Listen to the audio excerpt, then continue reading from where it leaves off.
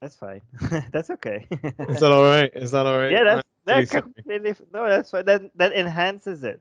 Like people, like if you have kids, people crying in the background, or if there's a dog barking. I don't know people why that would bother people. That would just add more personality. Like, oh, I have a dog. That's cool to know. Or I have a Yeah, he's baby. also vegan. He's also vegan. So No, seriously?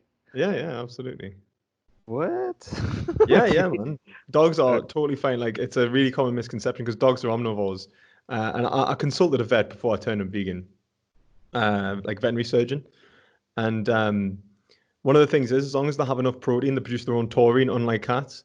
So well, dogs can be happy and healthy on a vegan diet, no problem. I don't Actually, know. I'm not. one of the oldest I, living dogs in the world was vegan. well, I'm not gonna agree or disagree because I haven't looked at it. Yeah, it's empirical. You need the Yeah, research. yeah. So I don't know. But yeah. So you see that it's recording, right? Um, Top left. yes, it is. Yeah, I do. Okay, good. All right, fantastic. All right. So how do we get? I don't know if if I I just had another debate with a vegan. That one went very bad.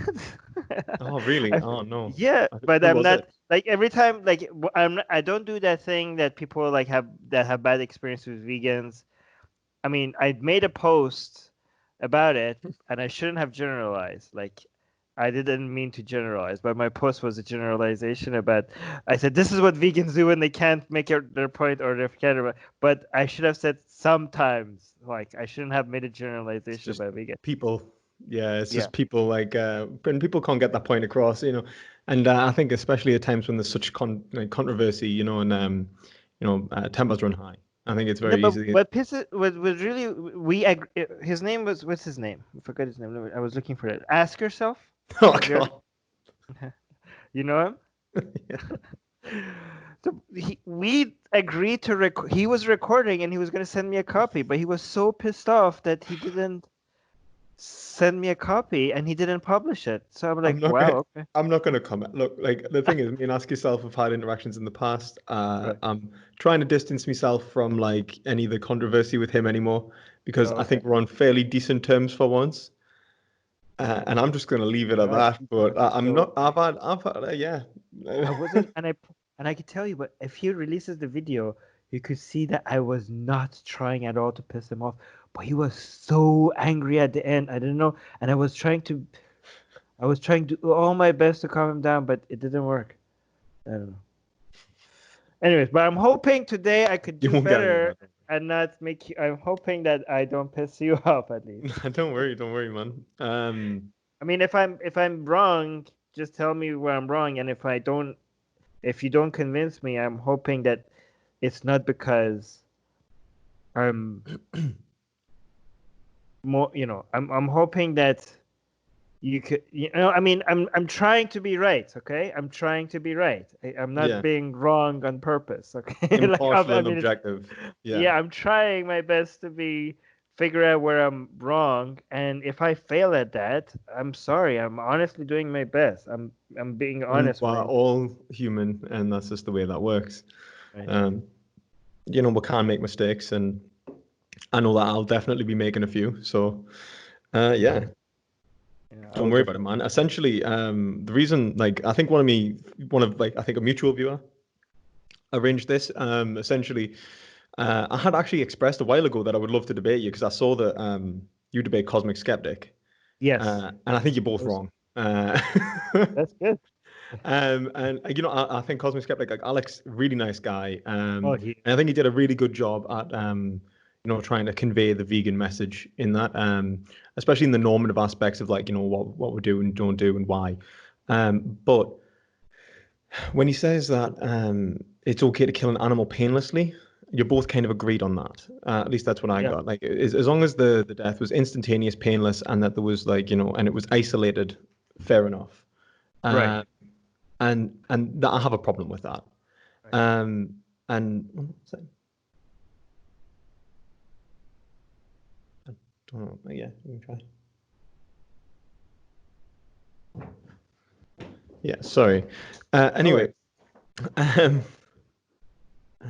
Anyway, so my main qualm is essentially that Alex's position is that, and your position was that it's okay to kill an animal so long it's painless, and that so that there wasn't another being aware of the suffering in relation to it. Which means that, like, for example, if you were to raise a pig in isolation, and let's say it lived a moderately good life in isolation, which may or may not be possible for a pig because of that social being. Isolation. Well, the isolation is not necessary for me, but go on. But or even like, let's say we raised a pig that was let's say we raised it and then we took it away and then killed it away from the other pigs. So right. that, I mean, like, if it's proven that the other pigs, well, I mean, as long as the other pigs do not get to see the act of killing, yeah, that's fine. I mean, and also, I think it should be illegal to separate baby pigs from their mothers because they suffer from that psychologically. So, but I don't think the other pigs are gonna know what's happening to Kevin. They're not gonna go Kevin around the and be pig. like, "Where's Kevin? What's happening? Who?" Yeah, like we're and like they're not gonna be like, "We're concerned. What happened to Kevin? He was here this morning and he's not here now." Like they're not gonna be they're not gonna experience any trauma from that. I think so. Yeah, and because they don't have the ability to conceptualize in a form of self-awareness, Right. and basically a deeper form of conceptualization, which allows them to divest objects from the world temporally, and carry them on through a narrative. Yeah. Yeah, and a lot of vegans at this point saying like, "Oh, pigs are very smart." Yeah, but smart and self-awareness is not the same thing, right? Like, pigs are smarter than crows, but crows are self-aware and pigs are not. So intelligence and self-awareness are different things. Well, I mean, I think it depends what we mean by self-awareness anyway. I'm not sure if any linguistic being can be absolute, like, self-aware in the same respect, and like a non-linguistic in the same respect as a human. Yeah, Primarily because of the lack of it's not a binary thing. Yeah, sorry, I interrupted you. Primarily because I think that conceptualization is held constant in language. I think that's like the Wittgensteinian position that you need language for a solid identity. The I is a linguistic term, and so like the ability to be truly self-aware, which is like to carry yourself as an I throughout time. Like, I was in the past, I am going to be in the future, I am experiencing right now. All exist in a form of psychological continuity, which I would say exists in language. And I don't think animals That is very necessarily. interesting. That is very interesting. Although I don't think that's a good reason to harm animals, and I'm gonna explain why. Harm, I don't think. Yeah, so that we have to define harm, because I think if you take away something from an animal that it never appreciated having, it could be defined as harm. I would say that harm would be to cause unnecessary suffering to a being, like Yep, suffering. Yeah, so killing humanely is not suffering. Well, I would say it will be, but we'll get on to that in a minute, right? Okay. So like when we talk about like what suffering is, and we talk about like the negative aspects of against an individual, we could say that suffering was purely pain responses, or we can say that it is a negative experience for the individual, or even a negative consequence towards the individual's interests. So let's say like you can suffer without actually having feel. Like, in this respect, I guess I want to make a division, I suppose, between suffering and harm. I suppose I would probably want to say that suffering would be the experience of negative phenomenological experiences, pain, psychological distress, whatever it may be. And then I would probably say that something that is harmful ultimately undermines what would inherently benefit the individual's experience. So someone could be harmed. Let's say someone was to spread a rumor about someone.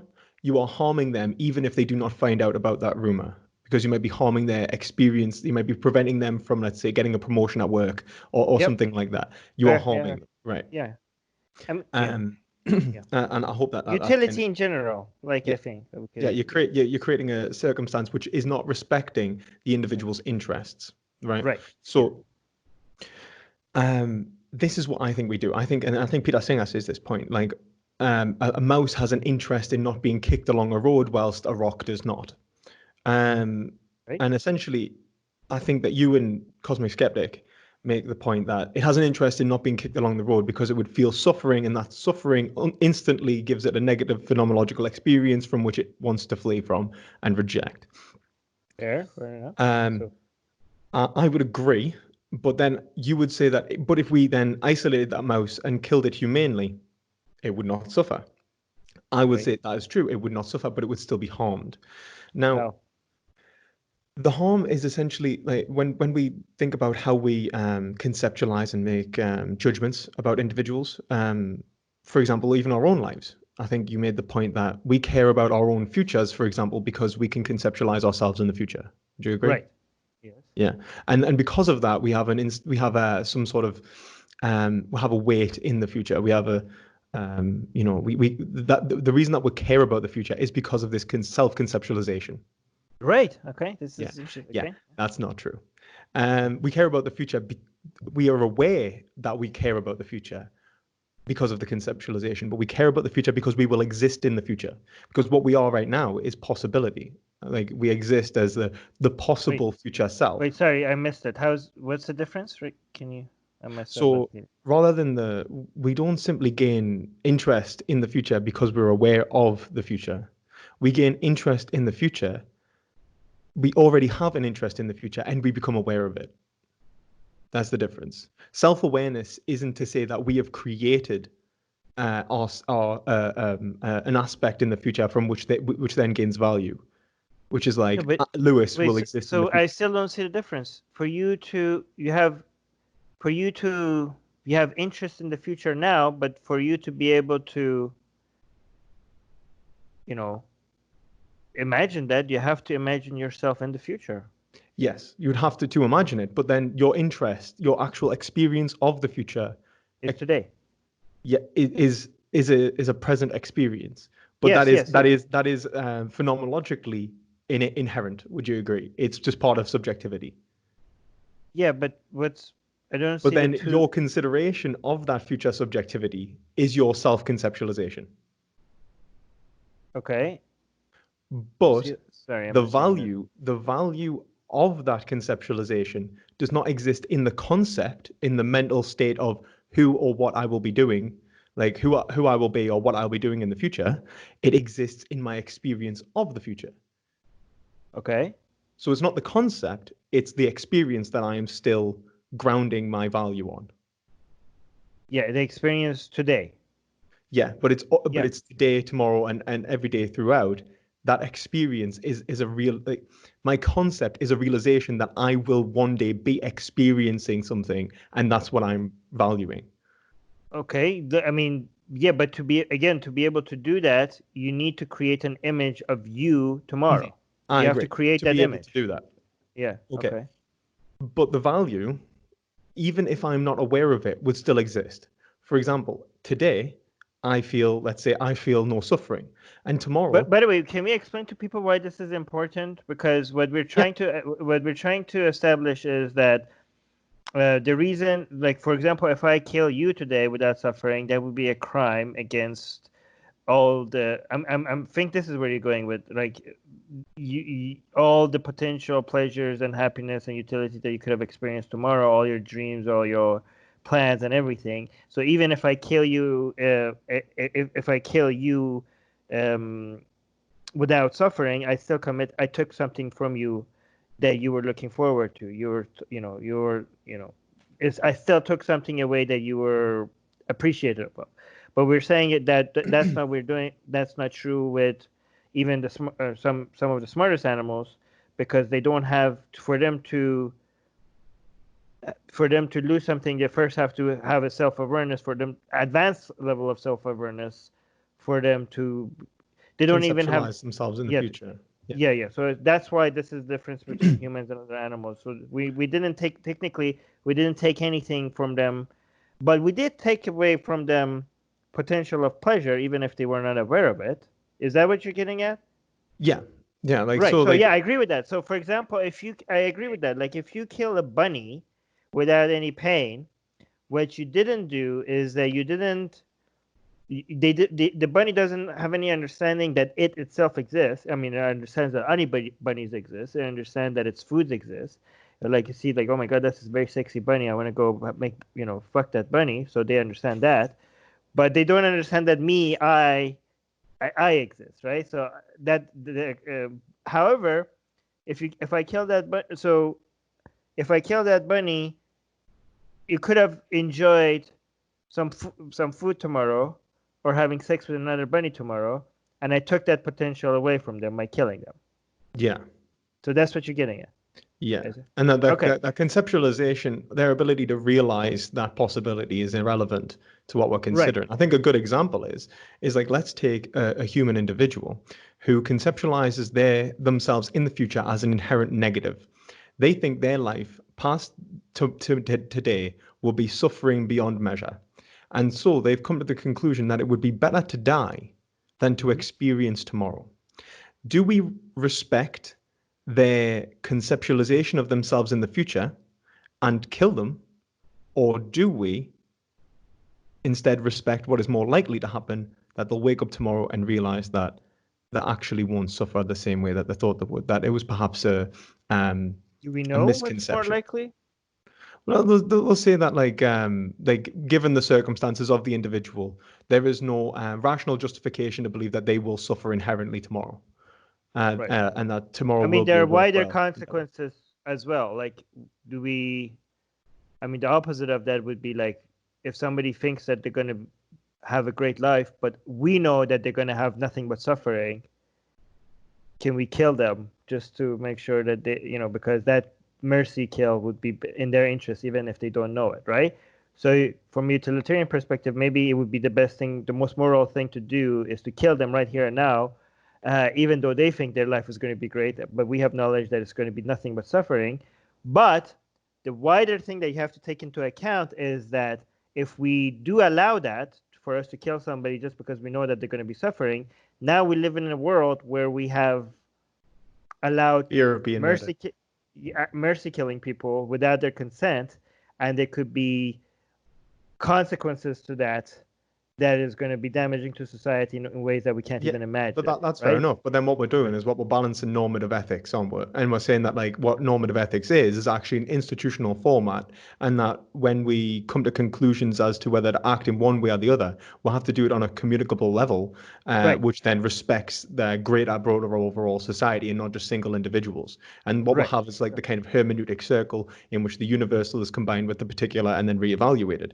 Well, that's fair enough. But then we can create institutions as well, which then reflect certain values. So, for example, if an individual is, made unconscious and is unable to consent, what would happen then? And then we'll have institutions that step in, and we'll have different reasonings that are built into these institutions which reflect those overall values. But that's Right. fair enough. But that happens through time, and we can resolve So these problems. That's yeah. So, but coming back to the example that you give with the bunny that you mentioned, I think it would be wrong to kill a bunny that has a lot of fucking and eating to look forward to, even mhm. if it's humane, right? But that's not what's happening with the meat industry, is it though? Like, or not just forget. Let's not actually make it more complicated. But what if the bunny? What if the only reason why that bunny exists is because I bred that bunny because I want to eat it, right? Mhm. So in that situation, all the eating and the fucking that the bunny is enjoying is because I want to eat it, right? So So yeah, so if we remove the eating part from the equation, the the the fucking and the eating that the bunny enjoyed wouldn't even exist to begin with, right? So maybe in that situation, the eating of the bunny is a good thing because it gave the bunny the excuse to experience some happiness rather than no happiness. So what we'll have to do is then balance out what is whether the positives and negatives of the bunny's life or whatever animal's life would be worth an experience of animal agriculture, which, Mhm. as we say, is inherently brutal. And I think that you were Right. going to make But the like point in as this well. example, before we go to the animal, you agree Okay, in so in this this example, example, let's say the bunny lives a great life, but it's going to get killed, but it only lived that life because I bred it into existence. Yeah, and Yeah. yeah, for the Okay. purpose of eating. What I would say is that because my use of the bunny, once it is here, like I bred it into existence, okay, with the intent, with the sole intention of using it as a means to an end, Hmm. okay, then I would say that But you also once, enjoy the fact that it enjoyed its life while it lived. yeah, but You also when like that. it's here, if I'm to respect that bunny as having equal interests to my own, or having equal interests to any other sentient being, then Okay. what I would say is that my killing of the bunny, once it is here, is then unjustified. That What I've if it's acted in the what first if place, what if you that sell my it? first decision to breed it was one of hubris and caprice. And I haven't Fair. rationally considered that I'm going to have to treat this bunny as being a morally considerable being. Okay, so fair enough. Let's change the scenario then a little bit. What if you're not gonna eat the bunny, but you're gonna sell the bunny to people you're gonna kill the bunny and you're gonna sell its meat to people that are gonna eat it, and with Mhm. that money, you can now breed more bunnies. You could bring more bunnies into life that are gonna enjoy their life. Mhm. So and enjoy fucking and eating while they live, and then kill them and give them to other people. Well, I would say that, there's an inherent flaw there, primarily because what we respect is not simply pleasure and pain. It is the expression of a being experiencing pleasure and pain. We respect individuals and their experiences, and by sacrificing one individual with the sole purpose of providing for greater individuals in the Okay. future, we are rejecting subjectivity and its expression to respect subjectivity and its expression. I would say that it's incoherent. I don't understand what you just So said. like Can what you? like so for example, I would say that ethics, I'm not a utilitarian. Oh, Um okay. So that's the uh, difference between us then. yeah, So yeah, we have to yeah, first, yeah. yeah. Yeah, utilitarianism I think is abstract and undefined. I think the best example is just what you said before, essentially about, how do we respect individuals' consent, and we end up on individuals' consent as if like these abstract notions are to make a But significant. that's What we have no, to but do is that's also, ground them. but that's also because of a like utilitarian, like I. That's also a utilitarian calculation. Like I'm not saying out of principle that we should respect people's consent. I'm saying that the consequences of us having rules where we just kill people without their consent because of our understanding of what their life is going to be, the consequences of that is going to be probably, and net negative to societies. Even in that situation, I'm looking at it from from purely a consequential, you know, not perspective. Like I'm not talking about like, oh, even if it's going to harm less people, even if it's a net benefit, we should still respect people's consent. No, I'm purely talking about thinking about the harm and the benefits that it's going to cause. I understand that, and I mean consequentialism is it's not what's the word it's not solely in utilitarianism, and that's something to be said as well. So you can get consequentialism without being a utilitarian. You can believe in the valuing of consequences without saying the greatest good for the greatest number is the principle of utility from which we will act upon, and that is the normative situation. And I think as well, like with utilitarianism, like when we look at the differences between, let's say, utilitarianism and like what I'm advocating for, which is closer to like a threshold ontology, um, and a Hegelian stance. So a Hegelian stance would respect consequences. That's kind of what we're doing, but it Mhm. also understands that reason itself exists between agents. That one individual's reasoning is inherently subjective. It's relying upon their own thinking, and it needs to be evaluated before it becomes deductive. We need, verification or falsification for deductive reasoning to function. So for example, the scientific method, or even if we were to take something a priori like mathematics, if I was to say, let's say, 5 times 200 equals 1000, and I was to do that, but my mathematical skills were wrong. Let's say I come to 5 times 200 is 1001, right? Okay. Um, and I assert that to be the case. My reasoning is valid. It's simply unsound. Now, um, actually, it might even be valid, but we'll get on that in a minute. But let's say my reasoning is flawed in this scenario.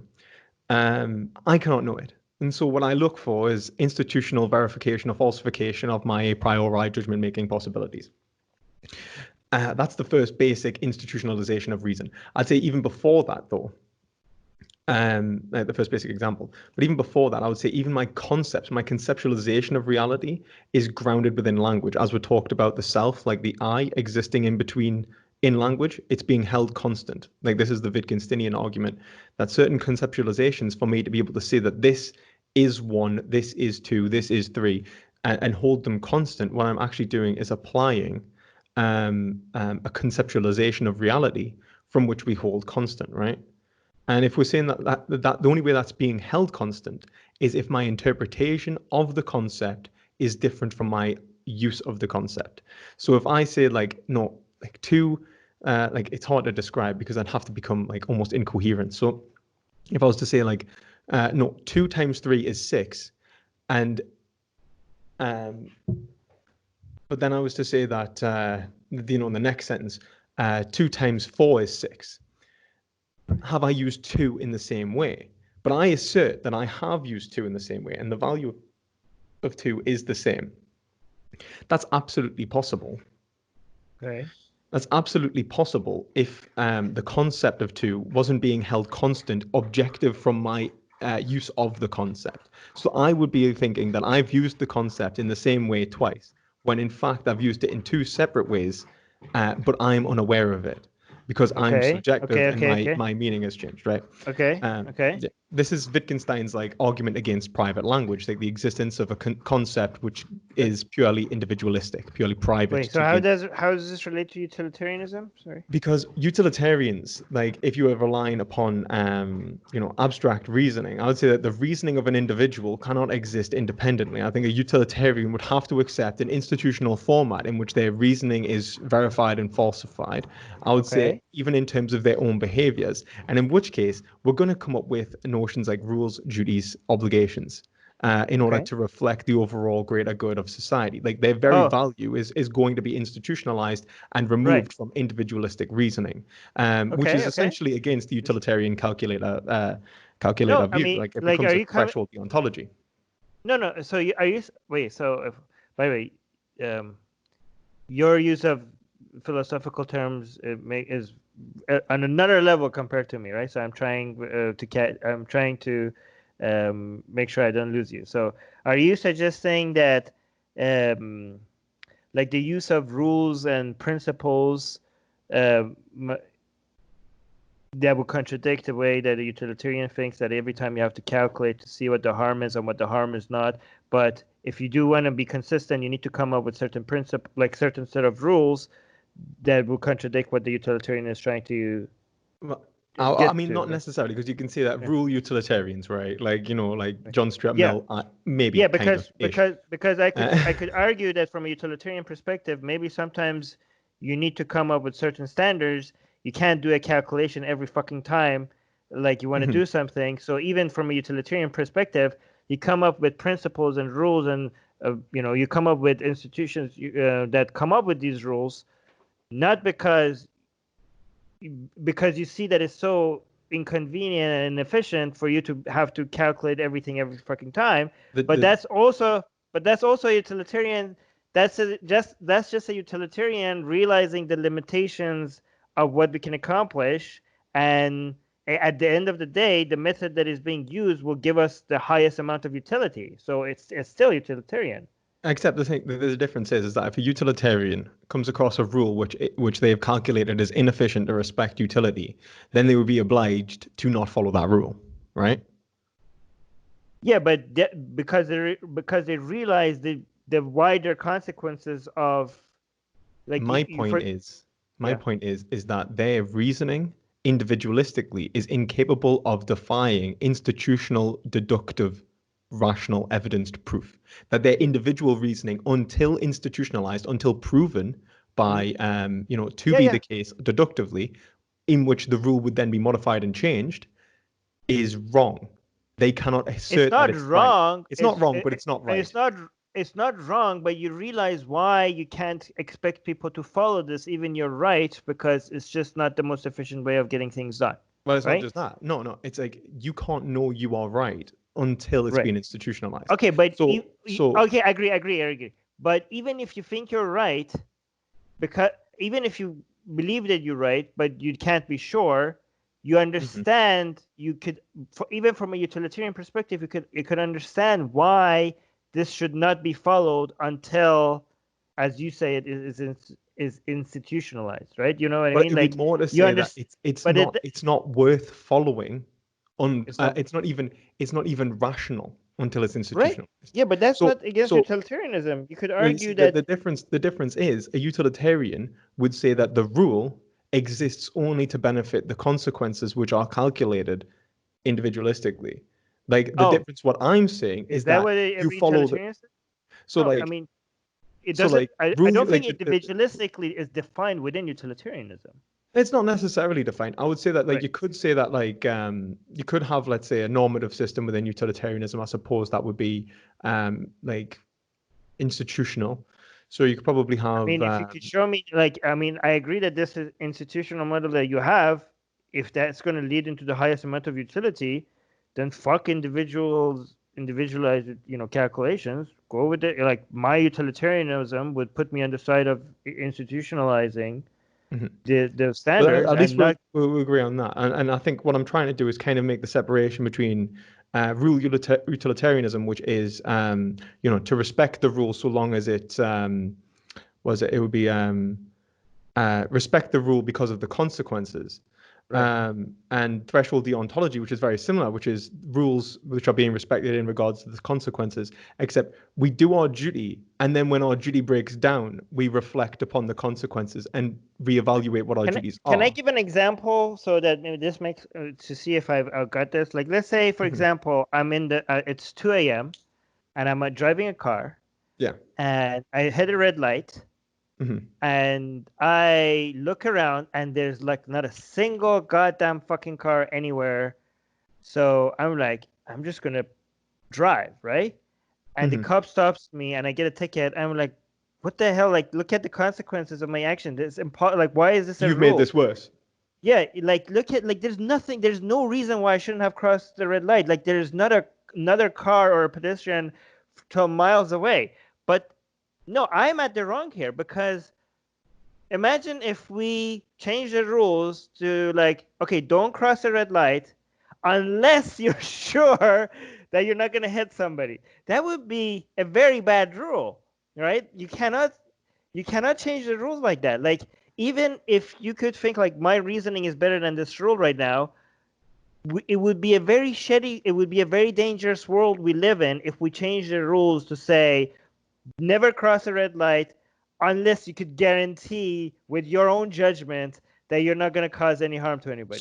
That So will you make could the see world a that the more rules dangerous place. themselves Right. contain the reasoning rather than the consequences containing the reasoning. If you understand that the rules are in reflect of the consequences, that's fair enough. Whether that's fair enough. That's Hegelian as well, and Right. I would But agree. I again, would think yeah. ultimately the institutions care about the consequences of overall society, but Right, the right. rules themselves hold individuals to account for rationality, not the other way around. Like individuals don't hold the rules to account and then modify them. So like what we would Right. see is that through application of the rules, we could see that then comes contradictions within the rule. Like this rule is meant to increase public road safety, and then it's making it worse. We ultimately reevaluate the rule Okay. institutionally. That's what I would argue normatively needs to happen. But a utilitarian, from at least all the utilitarians I've ever spoke to, typically argue that the rule exists because of the consequences. If the consequences were to change, that we should either, in an act utilitarian sense, we should avoid it. Like we should just break the rule, No. bollocks to No, it. no. Yeah. Um, and then in a rule utilitarian sense, it's that we should modify the rule. The Yeah, rule we should is not modify the rule. adequate, right? Right. Right. But the rules But we only shouldn't being, break the rule until we manage to come up with a way to change the yeah, rule. my Yeah. point would be to say that we need to follow the rule, Yes. and that through following the rule will eventually show itself to be inadequate, which will allow itself to be modified. But until that Exactly. point, Yeah. that's not utilitarian. Okay. Well, I mean, I didn't know that. I thought utilitarian is just wanting to make sure that we get the highest amount of utility, and to me, that method gets you the highest amount of utility. Yeah, I So, mean, I it's a mean, respect I of the thought that, consequences, but like I think right, it's like consequentialism versus like the principle of utility, which is the greatest good for the greatest number. Like you right. could say that the But I think rules. that method gets the high. I think that method that that we are agreeing on, that me and you are agreeing on, gets the highest amount of good for the highest number. So I I still agree. think that I so, agree. so I think that There's doesn't actually a contradict theory of my. utilitarianism which kind of coincides with this, which is called perfect utilitarianism, Okay. um, which I don't really have a problem with. Okay. Um, So we agree. So I don't yeah, care. I don't know what the but terminology is for the. moreover, I think utilitarians as well, they respect individual, like for example, individual aspects of pain and pleasure, right? Suffering and well-being. Well, someone who's doing their duty in a Hegelian sense respects expression of subjectivity, so freedom. Okay, so I would say that freedom is what we are actually respecting, not simply the aspects of pain and pleasure. And the reason I'd say that is because when we consider the foundations of ethics, what we are doing is trying to bring, I think, innately, inherently, we desire what is the only thing that we can desire is the greatest good for ourselves. Um, but like we have an egoistical drive built into the mechanism that is a human to achieve pleasure and avoid pain. Now, that isn't where the trip ends, like in the sense that we don't care about other people, but that's where we will begin. And that's the foundation of ethics.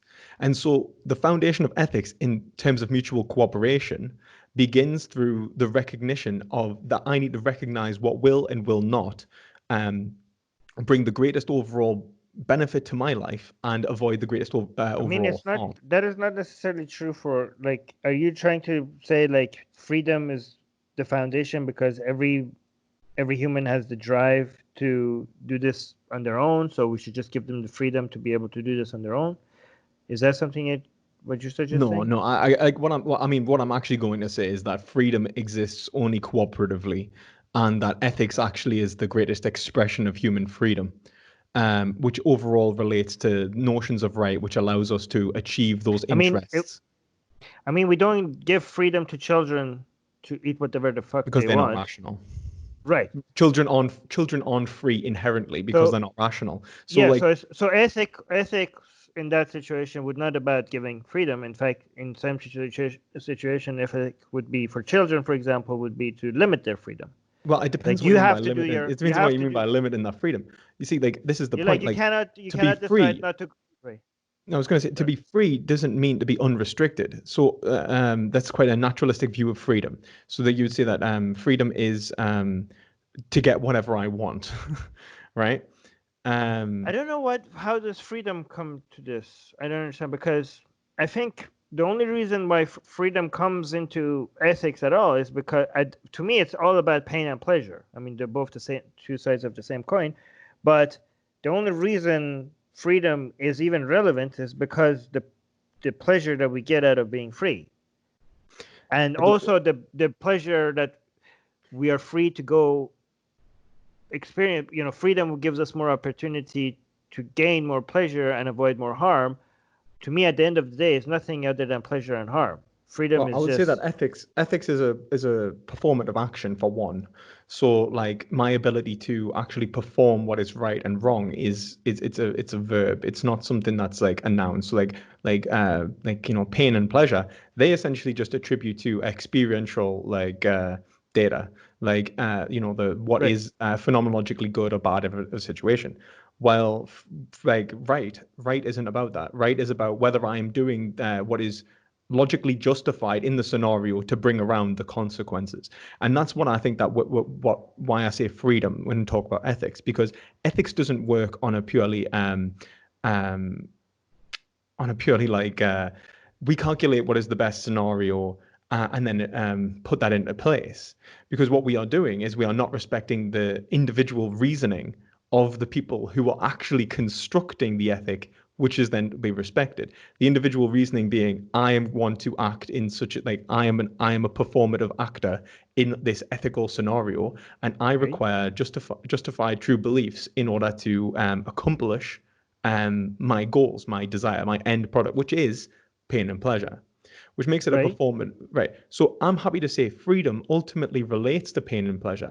But what we are talking about is the freedom of the individuals to actually perform throughout their lives to obtain the best possible scenario, that they are they can act with justifications But and only because they prefer it, only because it gives them pleasure to be free to make those decisions. Well, it's kind of like the chicken and the egg, right? It can't be kind of divorced from each other in this respect. So like look at it like Right. this. I mean the chicken and the egg actually evolutionary can, but it's like if you look at the occurrence of desire, which is the drive, the action urging drive to achieve the consequence, and the experience of those consequences, they are one and the same in subjectivity. That's something that can't be kind of divorced. Like you are a subjective agent, which means you experience desire, which means you experience positive and negative phenomenological experiences. Yeah, and Okay. what I'm saying is that that is what we are respecting. That's subjectivity as a whole. We're not simply respecting, the phenomenological experiences. I don't want to tap a drill into your head, wire head you so you feel dopamine constantly. That's not something that you're actually interested in. What you're actually interested in is the fulfillment of desire, which brings around a positive phenomenological experience as a reward, and then Yeah, continues as but a. yeah, okay. So again, this is like a circular thing. The only reason why we're not interested in that is because most people would not like that, right? Well, So it's not. because it's about preference. It's not about like, oh yeah, tie me to a machine and just make me feel like pleasure forever without me like doing anything. Most like people would not prefer that. So again, it's about preferences. It's about what people want, which means it's about pleasure and pain. I mean, if we did live in a world where people were like, you know what, I don't like freedom.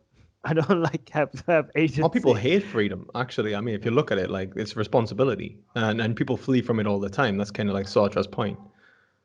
Um, I don't think so. I mean, if you think freedom is Con- unrestricted and like say having more money and you're more free, then people love freedom, especially through Americans. Like the American dream. okay, so how does this get tied into veganism? Sorry, like Because I the just whole want. point I'm saying is that we are rational self-determining agents, and that our Okay, rational self-determination is what is being respected within the institutions. That I'm trying to act in my life in the best possible way. And in that, I find that the best possible way is always to follow my duty. It is to do the right thing being the institutionally deduced right thing, follow the rule, right? okay, That rule ultimately containing a reference to the consequence in overall um, abstract reasoning, which exists within the state and the society itself. But that's separate from a utilitarian view, which would argue that individuals are making calculations to create the rules. I'm saying that the rules are enacted out, which ultimately show them to be uh, internally inconsistent, which then change to modify to respect the okay, consequences. Like kind of flips it on its head. It all ultimately right, the same ends are being respected, but there's a difference there.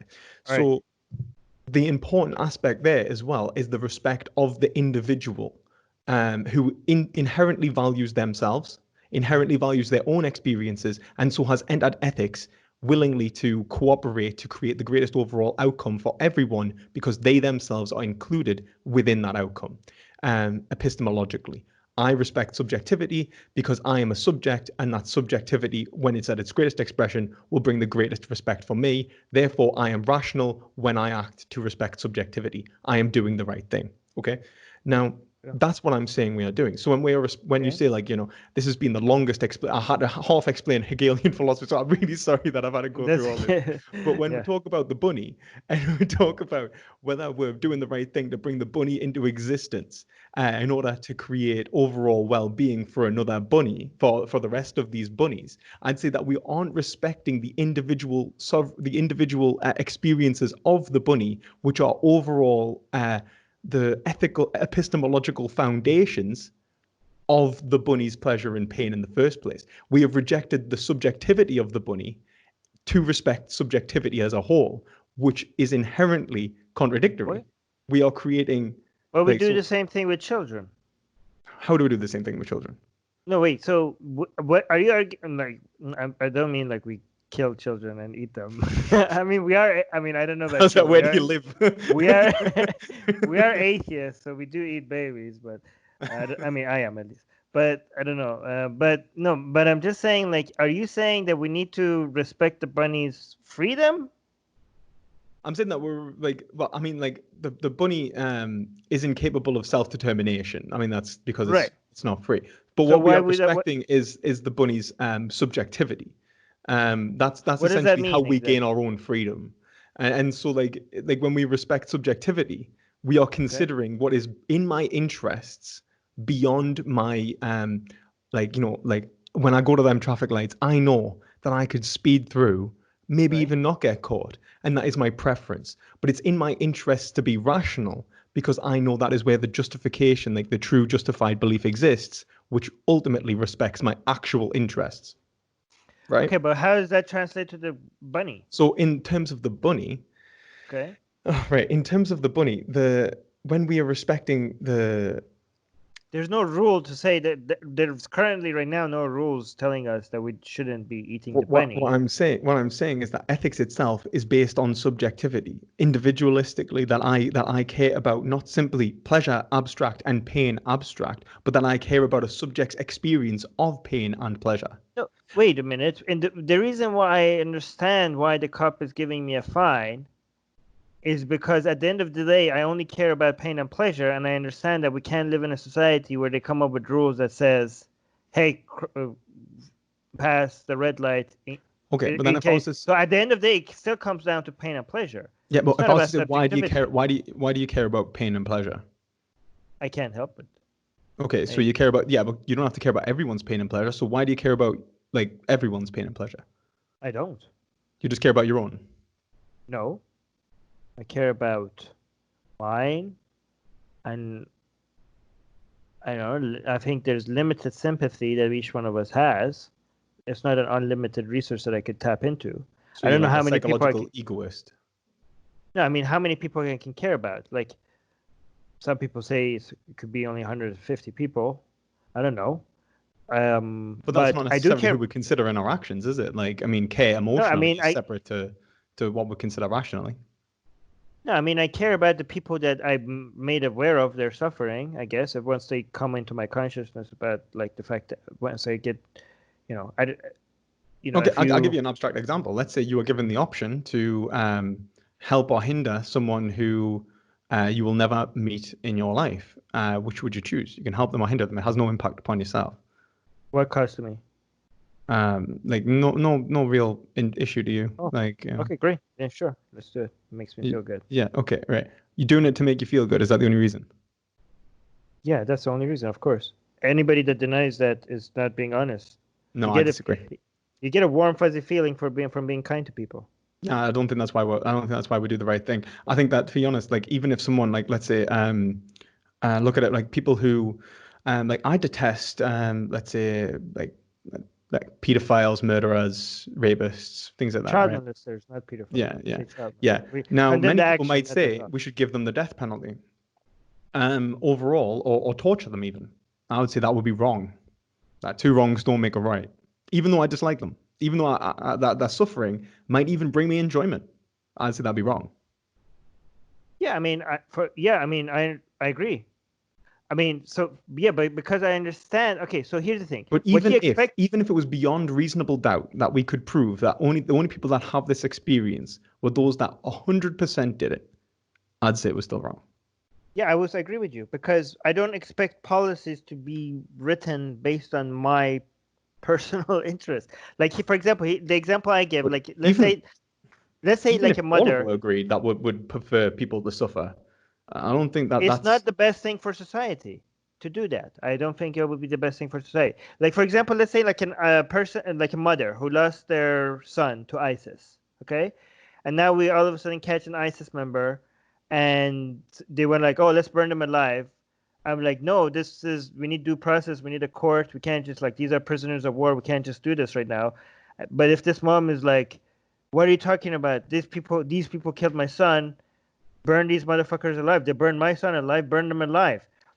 I'm gonna, if I argue like, no, this is not the right way. We can't just like we're in the middle of the the right desert. We way. can't, That's not the right way. We need to. But I understand. I mean, my expectations from that mom is not. I'm not gonna think the mom is wrong. my expectations from those institutions that you mentioned, the government and everything, the judicial system and everything, is different from the mom. The mom is not in the wrong, but I don't We'll think the ask mom's perfect. ourselves, what is the fair punishment for the crime? It's not about fair in that situation. From a utilitarian perspective, I don't care about what's fair. I'm not seeking revenge. Is not the right, not what brings the best thing to society.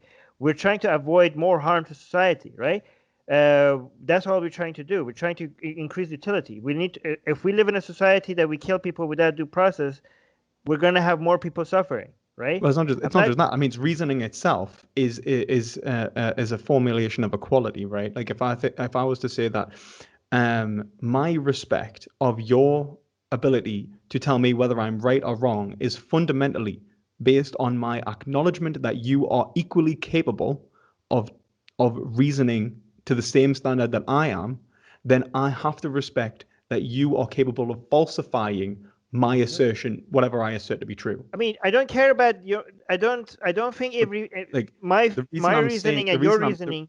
the Yeah. reason I'm saying this is because when you say you don't care about fairness, I'd say that fairness exists as an expression of that inherent equality that we are both capable of making I I rationally don't think we deduced are arguments capable. in relation to what should or should not be done.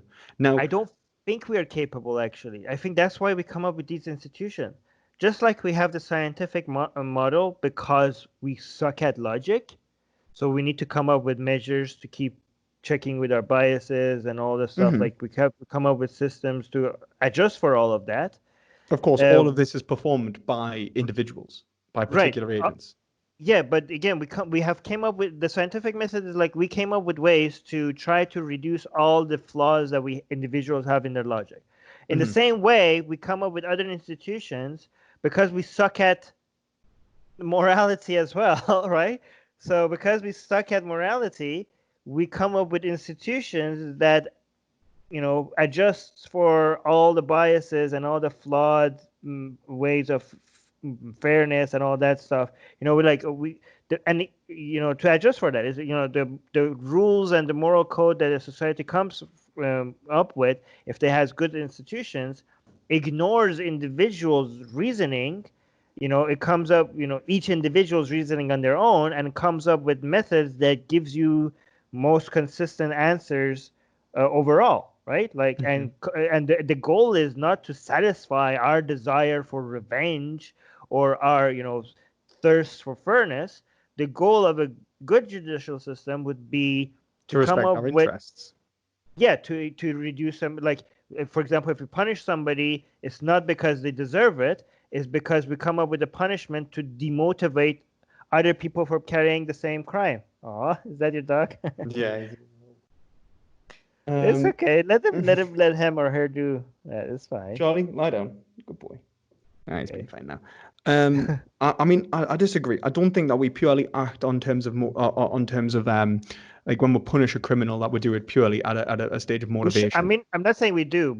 I'm saying that would be the most or effective even if thing we to do. should. Like, I don't think so. I think that that the individual who acts to defy the rationality of the society is acting irrationally, and the punishment itself is an acknowledgement of their subjectivity, that they were rational and able to break the law, that they themselves chose to break the law, and they understood that they chose to break the law. We Right. accept that they are subjective agents, that they are capable of making their own choices, that they're adults and that they're rational, and so we punish them to ensure the continued existence of the institution, and in terms of respecting the subjectivity of individuals who produce institutions. We would say that they themselves are subjective agents, and they should be treated as subjective agents, like as in But can rationally you capable. define what you mean by subjective agent? I just want to. I just mean someone who's I mean, like when I say I guess I probably should have said moral agent, but or ethical agent.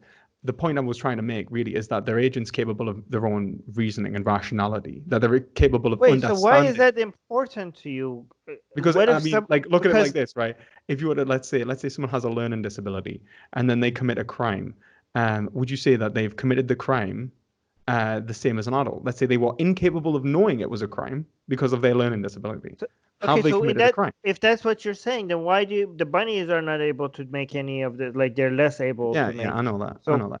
so what? I So don't why is hold that? bunnies to moral standards. I don't. I'm No, holding but you to moral standards in why are we regards to carrying them bunnies. as, why are we talking about them as subjective agents? Because when we If talk about like expressing subjectivity, that's what we inherently try to do, express our subjectivity on the world. And how do you, what do you mean by expressing subjectivity? Like well, what I would how say does is that one person, how does a person because express their subjectivity? okay, so an expression of subjectivity would be making a choice, like Okay. choosing action A and then B to So create you're saying because advocacy. bunnies are able to make choices, we have to respect their ability to make choices. No, I'm not talking about the bunny's ability to make choice. Well, I mean, I Well, what am do in you a mean? minute. I mean, I'll expect in somewhat, but not really. What I'm saying is that when we respect their subjectivity, what we are respecting is that they are individuals who experience pain and pleasure, and and what we respect is not abstract pain and pleasure, but an individual's experience of pain and pleasure. And so, I mean, what? experience of pain and pleasure is the same thing as saying pain and pleasure, because pain and pleasure is nothing but an experience. So you don't need Well, to no, say because when we talk experience. about You don't need abstract, to add experience to that because it's already an experience. I well, mean, yeah, what but is I mean, pain the and reason I'm pleasure other than an experience? Well, I mean, when we talk about abstract, this is the issue with utilitarianism. It leads to abstract conclusions which don't necessarily reflect the overall experience of given agents. You could have, Wait, let's what? say, Repeat a that. slave class in Okay. utilitarianism, which is calculatedly justified in terms of a pain-pleasure ratio, which is not justifiable if what we are respecting is not simply pain and pleasure, but the experience of an individual and their I interests mean, when you themselves. say pain and pleasure, you do you're talking, what is pain and pleasure other than an experience of an individual? Like, how is that a different, you're just repeating the same, Because like if I'm respecting the you're saying we individual don't, themselves, you're saying we don't respect pain and pleasure, we're respecting an individual's experience. That's just the same thing in two different ways. well, it's not because like How is that not? if I'm respecting an individual's experience, that if I'm saying that this individual, their experience themselves of themselves is essentially is their weight in ethics, right? It's their consideration of why they entered ethics in the first place. Then But to that's, you're define, saying all of that when you mention pain and pleasure, but because then there's no other way to have pain and pleasure other than an individual experiencing something. I mean, that what already is inherent within the definition of a pain what and I'm pleasure. saying is to create an unequal scenario in which which is totally fine in utilitarianism because it relies upon purely abstract concepts like universals, pain and pleasure. Then Okay.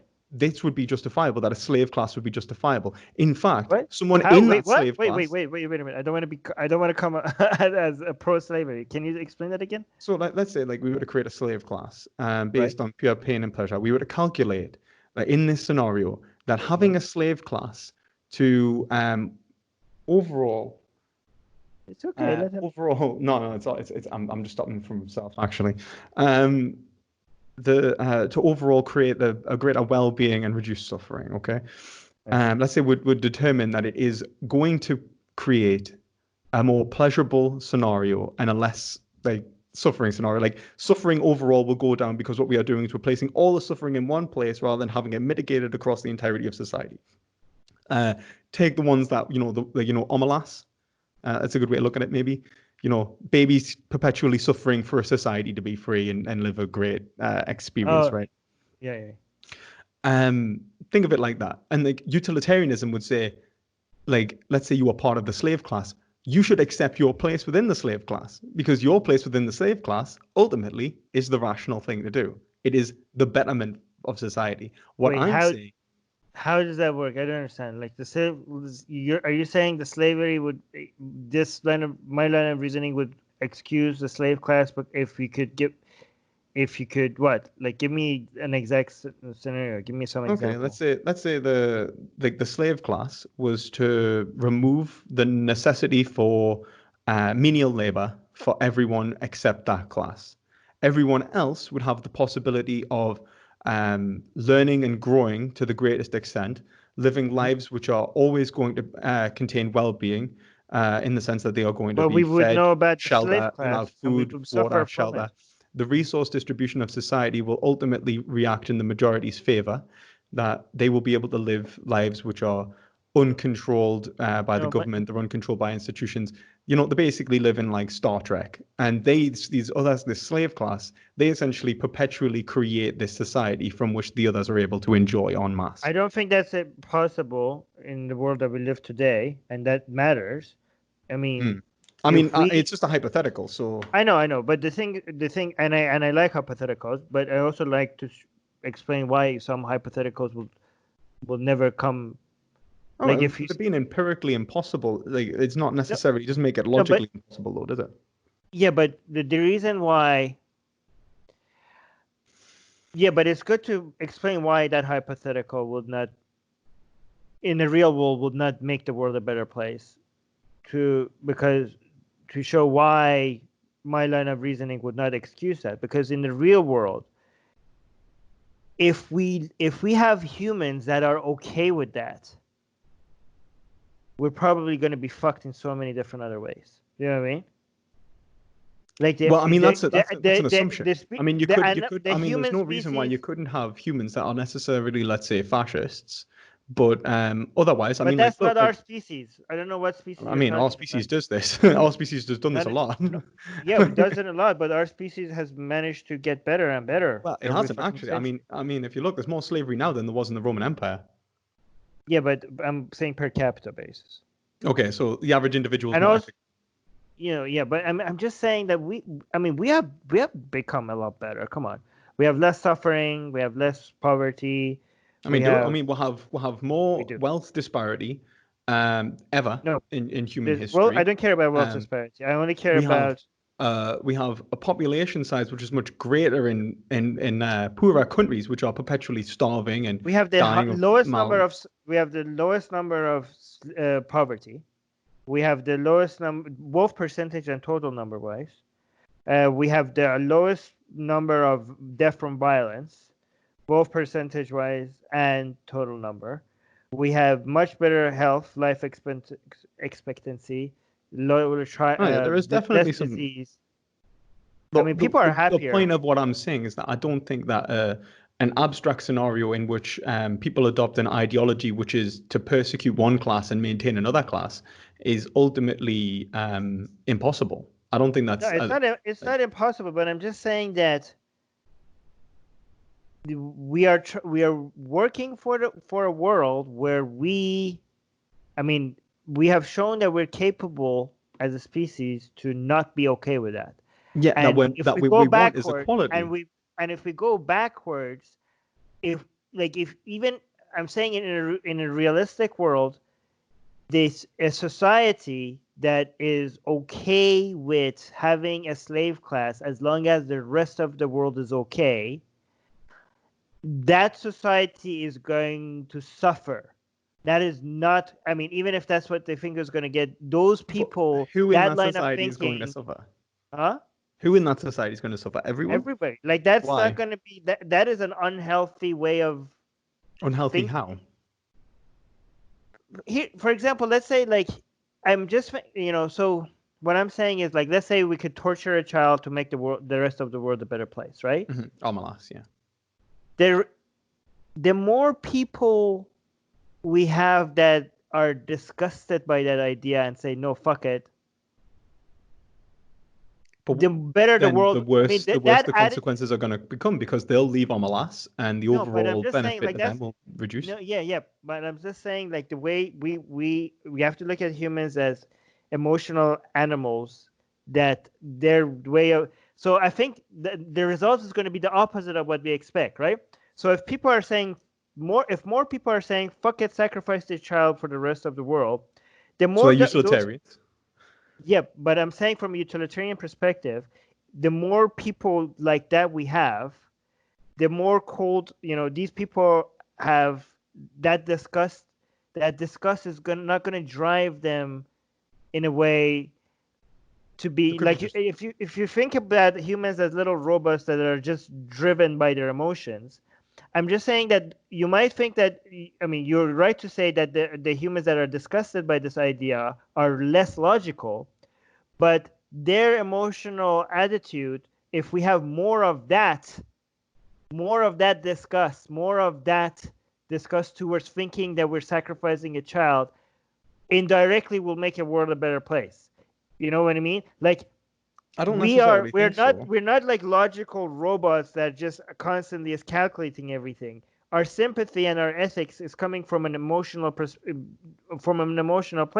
and which dictates a lot of our behavior.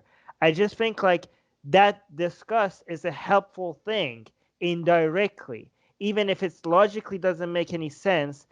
I want more people to be disgusted by that because it's going to drive more that I want that level of sympathy. It might not seem logical, but in the long run that level of sympathy will make the world a better place. Do you know what I mean? Well, I mean, like Even if it's the wrong calculation. The whole example of Omelas is to show that that sympathy will ultimately diminish the overall consequences But and the it's well-being. wrong. But I'm just saying in our world that's wrong because in our world humans are not I mean, is it wrong? calculating. Like, look at it like this. I mean, that's true. Humans aren't calculators, but humans have a great way of being willfully ignorant, and humans have a great way of also have a tribalistic morality, So caring let about me one give you an class over example. Like another without let, even considering another class. In fact, I see, think animal agriculture. let me tell you this. Like for example, from a logical perspective, I know what to do to, like, for example, lose weight if I want to. Okay, I know all the tricks. I know everything. Like, but it's not as easy as just knowing the I completely agree. I completely right? agree It's with not that. as Yeah. easy, right? It's about the emotional drives that need to be there for me to make the right decisions. It's not Mhm. just about knowing the right calculations. Okay, Yeah. so I'm just saying for humans to make decisions that eventually make the world a better place, you don't need just the right calculations and the right data. You also need the right emotional drive. Okay? I mean, I would And agree that but I'm what is saying that being the considered. emotional drive that makes humans say no, don't sacrifice the child for a better world. That emotional drive, the more of that is going to end up making the world a better place, not the cold hard calculations of what's going to increase the utility.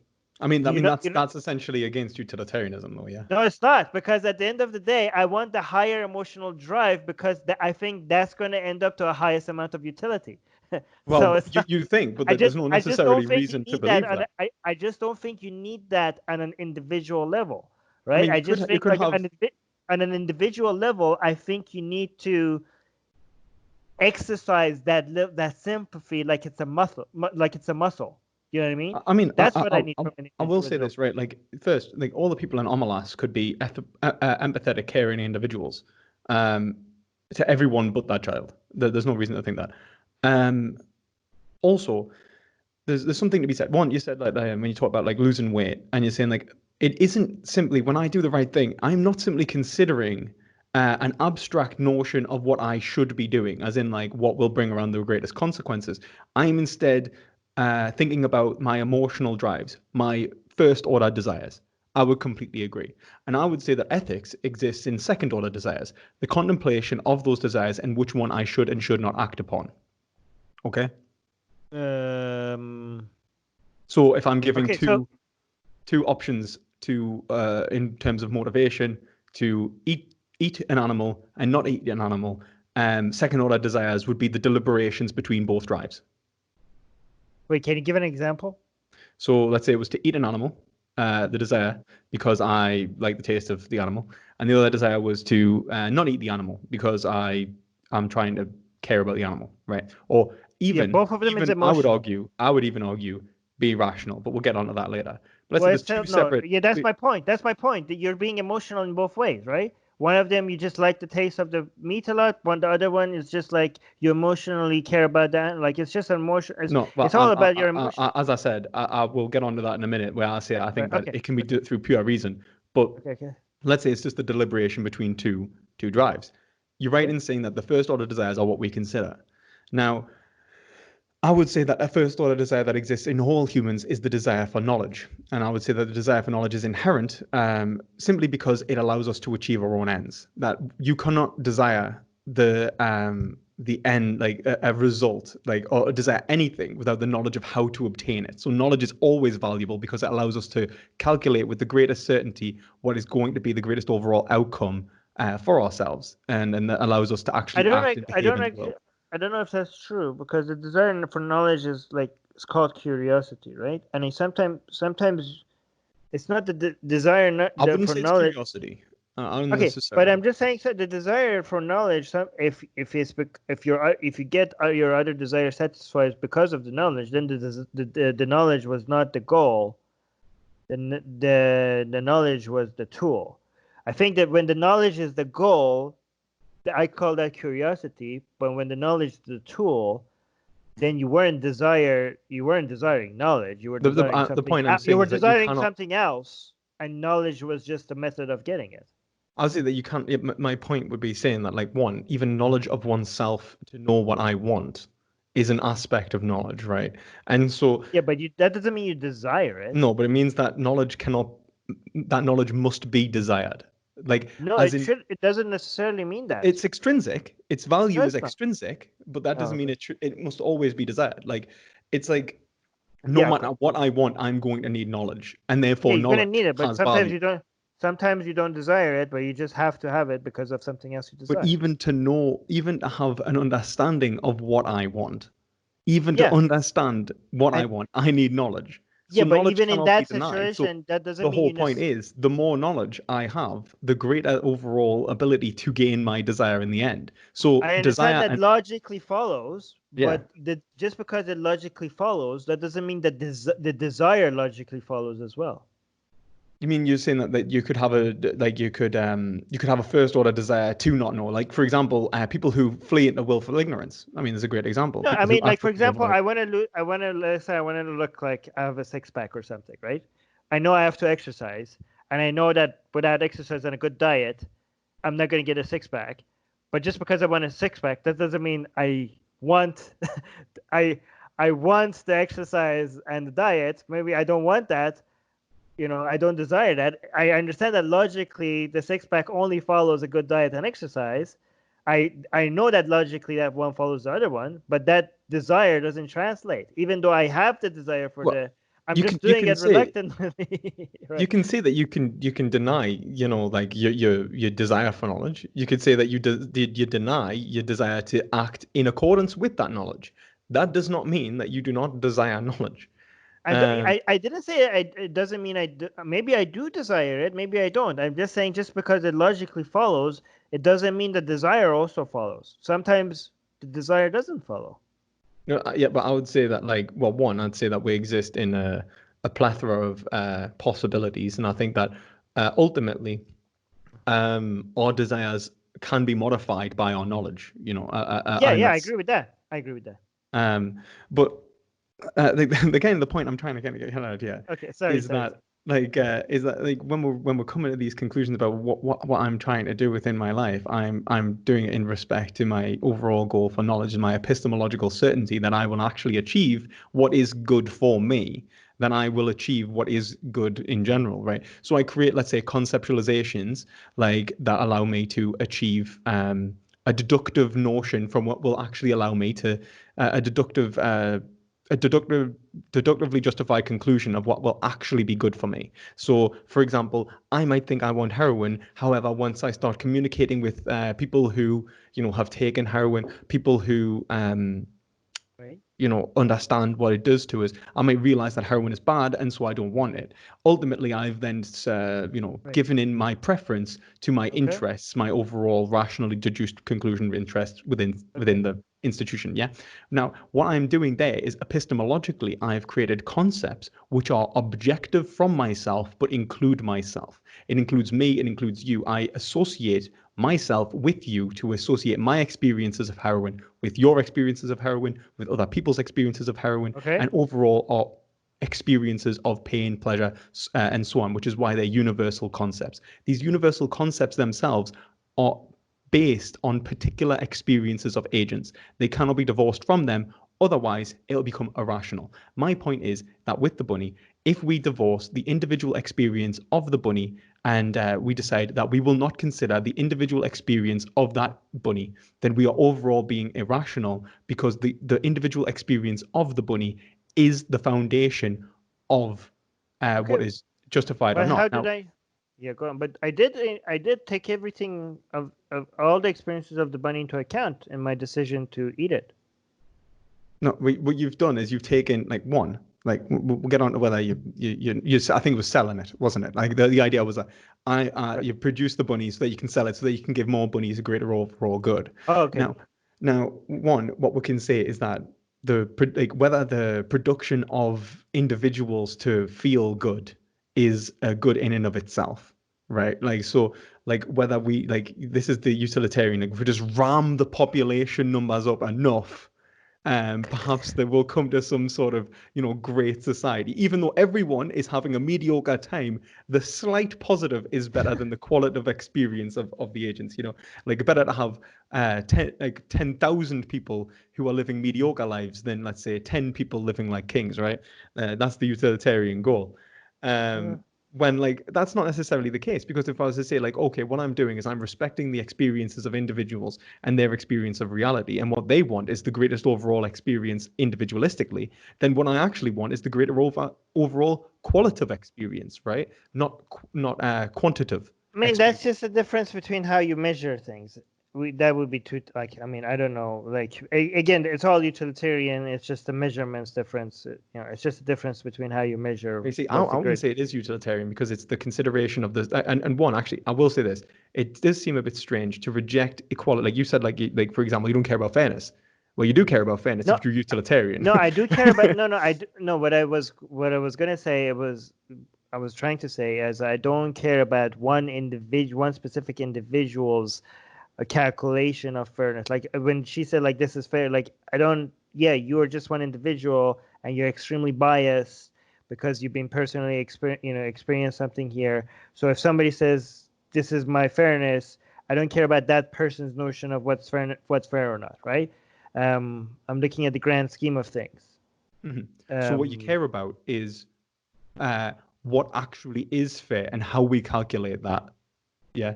I mean, So I only care about fairness because of what it means at the end to increasing happiness and respect reducing suffering. individuals' experiences, which is pain and Right. pleasure, which we You know. agree cannot be divorced from subjectivity. So what we are doing is we're respecting each and every individual. Everyone equates to one. I mean, that's Bentham's kind of original thesis, isn't it? Like everyone equals one.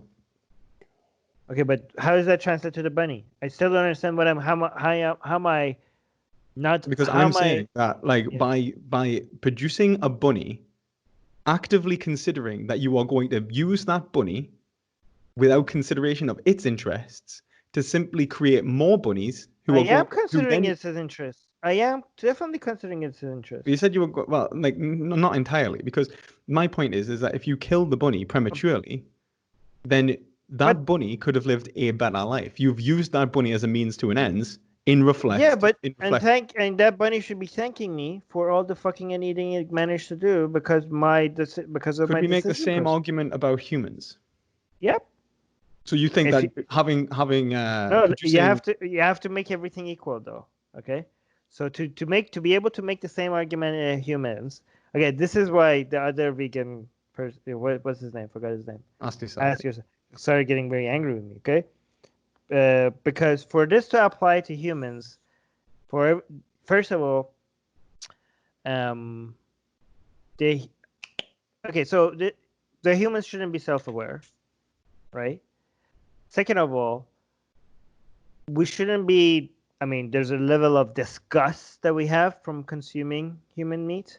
That level of disgust is the psychological trauma that is going to be there. That shouldn't be there. So we have to eliminate the disgust that we have from eating human meat. Another thing, I don't know, is human meat even healthy?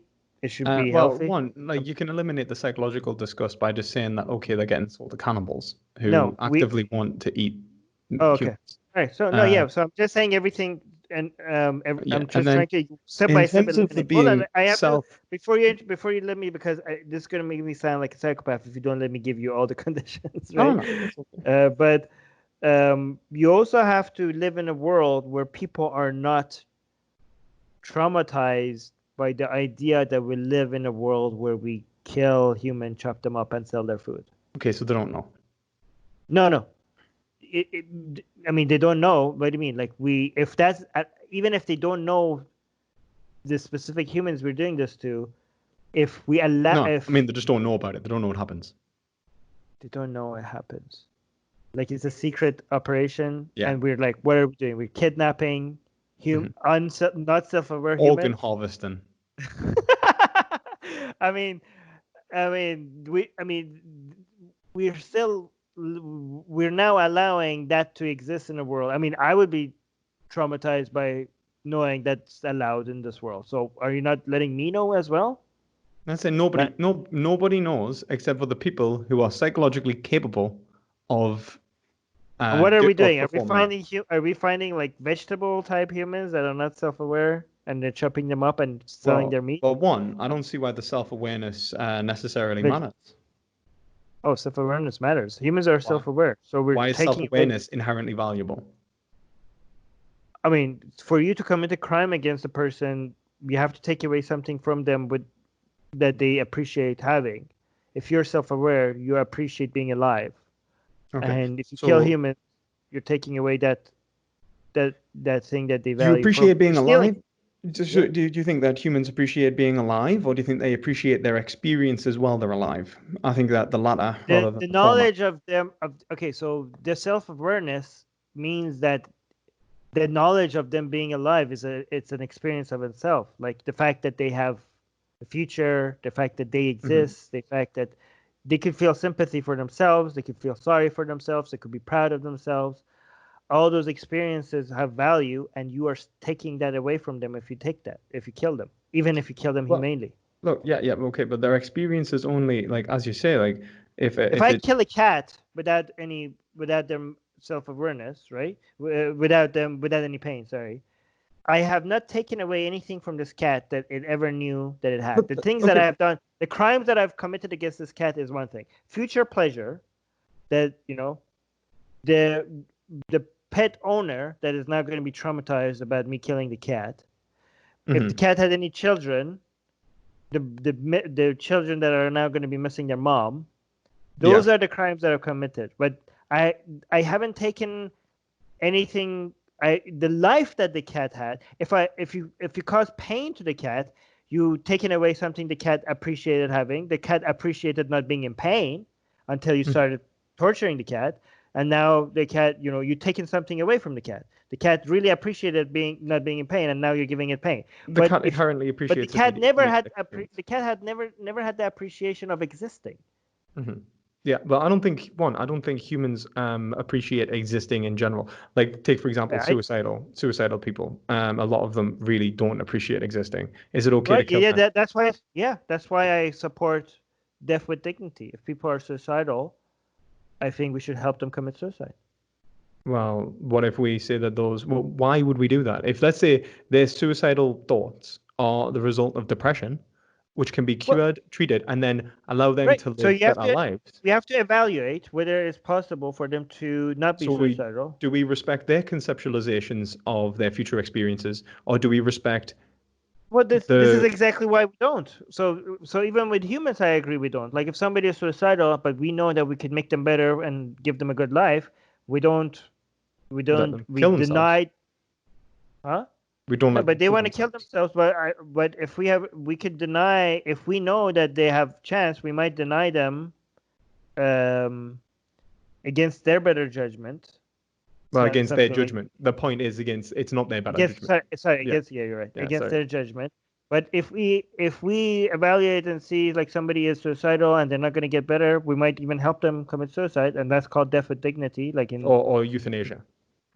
Um, Yeah, because we right. could have euthanasia where people die because like they would rather die sooner than later because of the overall experiences of But suffering that are later but going again, to occur. we deny them that if we know that this is not the best option for them, Yeah, because right? what we do is we So even understand with that individual, humans, we're not respecting that. but that we're not really respecting their conceptualizations of their own experiences in the Right. future. No. What we are respecting is those experiences that they will actually undertake. Right. Yeah. Why don't we do that But to animals? well, we're taking into with the bunny. We're considering not just one bunny. We're considering the other bunnies as well. Yeah, no, I'm just like obviously we'll get back to the bunny example. I Well, mean, just in general, when we're considering animals, why right. don't we consider our conceptualizations of the animal's possible experiences? Why do we consider simply their ability to conceive of themselves in the future? Why don't we respect our ability to conceive of them in the future? Well, I do. We So do. then killing an What do you mean? animal, so then Okay. killing an animal painlessly, if we are denying it future better experiences, is still harming it. Yeah, but not if. Well, again, that's why we have to include the other bunnies that are being affected by this as well.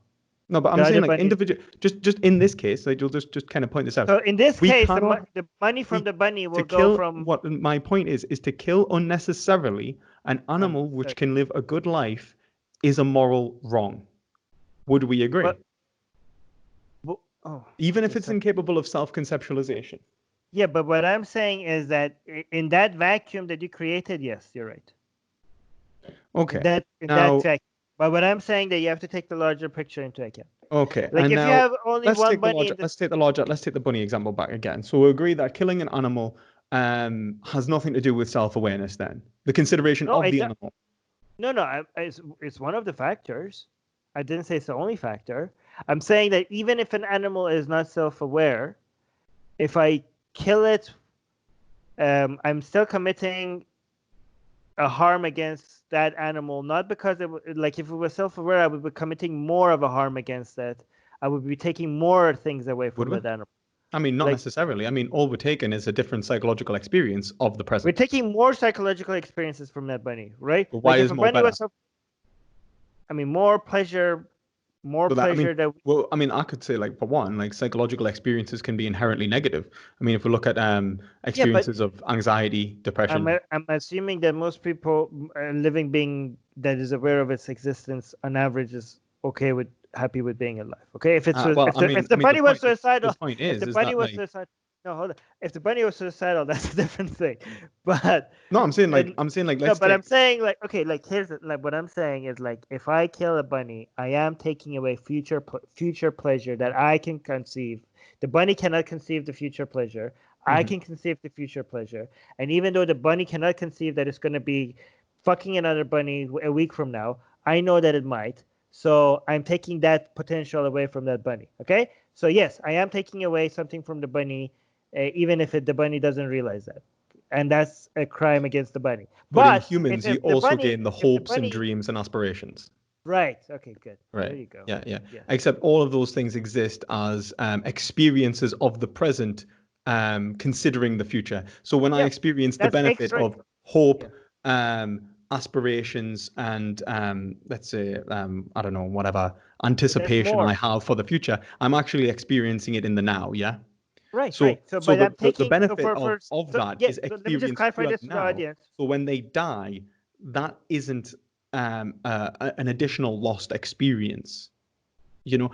or we could, and even if because like they haven't lost anything great, like we could say that they've lost a greater complexity of psychological experience, which may or may not increase the quality of their lives. So people who die who are suicidal, it might increase like you mightn't have Yeah. done them as a Okay. So disservice as I'm just killing the animal assuming that because their I'm psychological just making an experiences of reality assumption. were I'm just worse. making an assumption. Yeah, you're right. But I'm just making an assumption that most people are not suicidal. Is that not a fair assumption to make? I mean, with our society, I'm actually not sure. Okay, so maybe I'm sorry, maybe my calculations are wrong, but I'm just assuming that most people are not suicidal. And I'm assuming that's why with humans, you're committing a greater crime because you're taking away more positive emotions away from them. You're not just taking But then they're the also taking all those negative ones as well. So what we're talking about is just a variation in psychological experience. We're not necessarily saying it's more valuable or not. It's more valuable dependent upon that psychological experience. right. Like I'm more if I think killing a human that is suicide, like helping kill a human that is suicidal, is a net positive, and a pig that that has nothing, that killing it would, I don't know, whatever. Killing a pig would be more negative than killing a human that is suicidal. In fact, And killing a human that's suicidal might be a net positive. Of course, and then of course, then we Okay, could so I say as agree well, with that. like we could have a pig which has a lower hedonic like kind of treadmill, which means that its hedonic range actually exists at a higher ratio than the psychologically complex human. And then what we would be saying there, if But we were making ratios at which one was right or wrong to right, kill, would be to say that it was actually worse to kill the pig than the human. okay, yeah, Yeah, and I don't actually agree with that. And I'll explain why.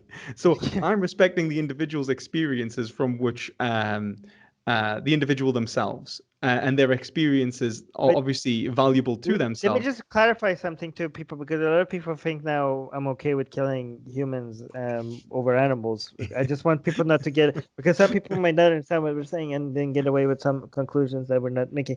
I'm a speciesist, okay? So even if something is a greater crime to an animal than a human, I personally am biased towards the humans because I care about them more, even if I acknowledge that there's no inherent Rational va- position. value, because even there's nothing makes a human life more valuable than a pig's life.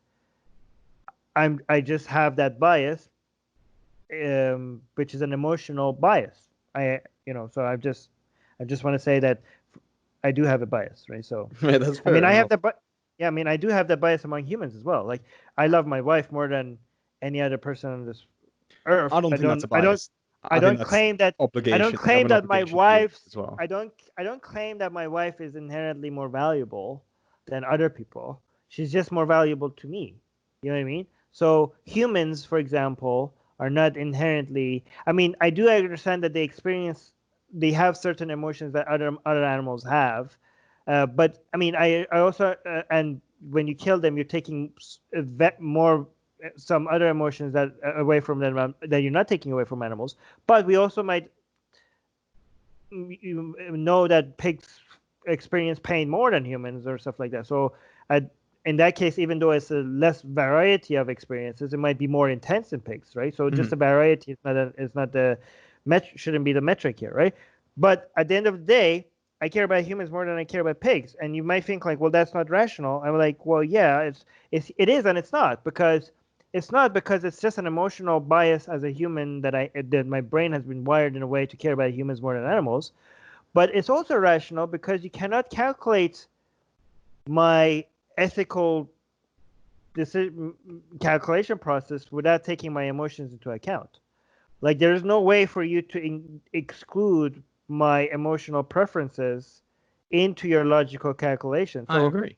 emotion and logic are not like Of contradiction. Yeah. Yeah, but I would also say that you have a like, for example, in regards to your wife, I'd say that like, for example, her being your wife, her being a member of your family in the closest proximity, I'd say that will probably justify it in saying that you have a greater duty to protect your wife over a random stranger, even if your wife has exactly the same value. That the experiences of the stranger are not being considered as rational as be as much as the experiences of your wife, because rationally we would say that like if everyone protects their wives, if everyone protects their families and so on, we'll live in an overall greater society, as we spoke about before. So you can see that it's even a rational consequence of having But it doesn't equal have. value. I don't care that it's Because right. I mean, even if you yeah, can I know show you it don't, to me, but I'm yeah, just making the point.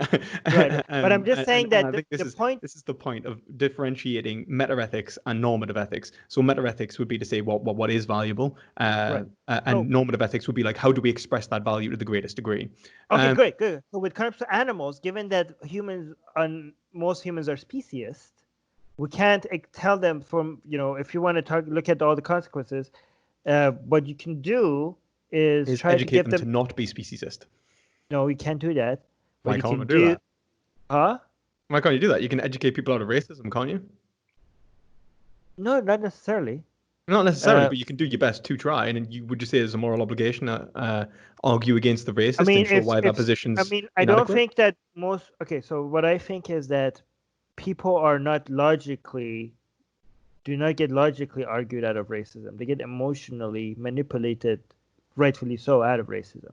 I don't think You know what I so. mean? I think Oh. people can get logically argued out of racism, and I think that's The I only think time that you could logically, yeah, I agree. Actually, you're right. take The Benjamin only Franklin, not Benjamin Franklin, Thomas Edison. I think was no, like is the greatest example. the way you could get logically argued out of racism is if you were like argued into racism. Do you know what I No, mean? no, no, I completely disagree. Look at Thomas Edison. Not Thomas Edison. But he keeps. I just said his name. Oh my God, he wrote He was in the Declaration of Independence. Thomas Paine. No, my God. What Was it? He wrote the discourse on was it equality of all men. Oh my God, Thomas Jefferson. Jefferson, right? Oh yeah, the Bible uh, cutting. yeah, yeah. Thomas Jefferson really wanted to justify slavery. He actually hated the fact that he come to the conclusion that slavery was wrong. He wrote about the fact that he's Oh yeah. looked Okay, extensively into the but science, that I'm he was talking about trying to most show people. that slaves aren't as valuable, that they're not as considerable, and ultimately had to conclude that You're slavery talking wasn't about justified. great thinkers, the greatest thinkers of our time. Like Yeah, but not of that's our just time. an expression of he's just a human, Yeah. though, isn't he? Yeah, but I'm just saying most people are not like that. Okay. Well, that doesn't Most mean people. that you shouldn't try to engage that reasoning. Like they can I still be. do. No, Yeah, no, no. Yeah, exactly. I'm an Just by activist. That's what I do for a living. you make it. What I realized through my activism is that the emotional appeal sometimes works much better than the logical appeal. Yeah, sometimes it I does. mean, most of Although the time, I'd say that most emotions, of like emotional appeals, if they aren't logically justified, are unethical. Like, so if I'm trying to emotionally appeal you to become a racist, for example, I would say that that was a wrong thing to do. I know, but here's the thing: like from all the emotions, sympathy, like just like logic, could most of the time is a force for good. I mean, logic could be used for evil as well, right? But most of the time, more logical societies are better off, right?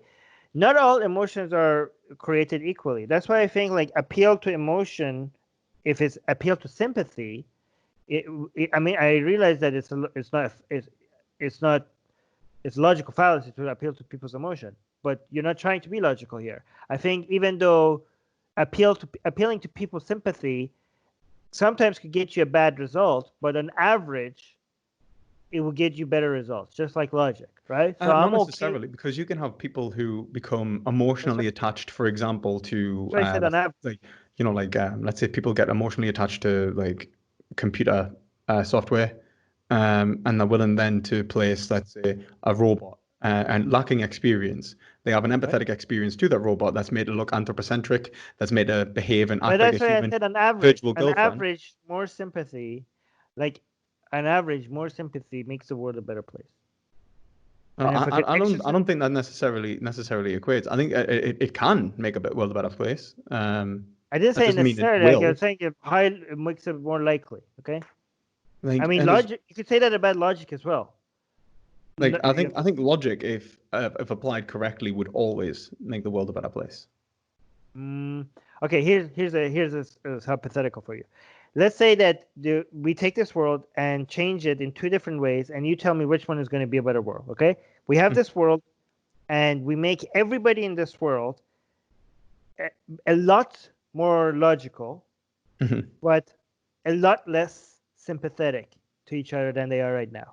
Okay, that's Okay. one scenario. That's world A. And now world B, we take the same world, we make everybody a lot less logical, but a lot more sympathetic. And Mhm. that would be world B. Which one of these worlds do you think is going to be a better world? Well, they. Oh, I think it's going to be world B.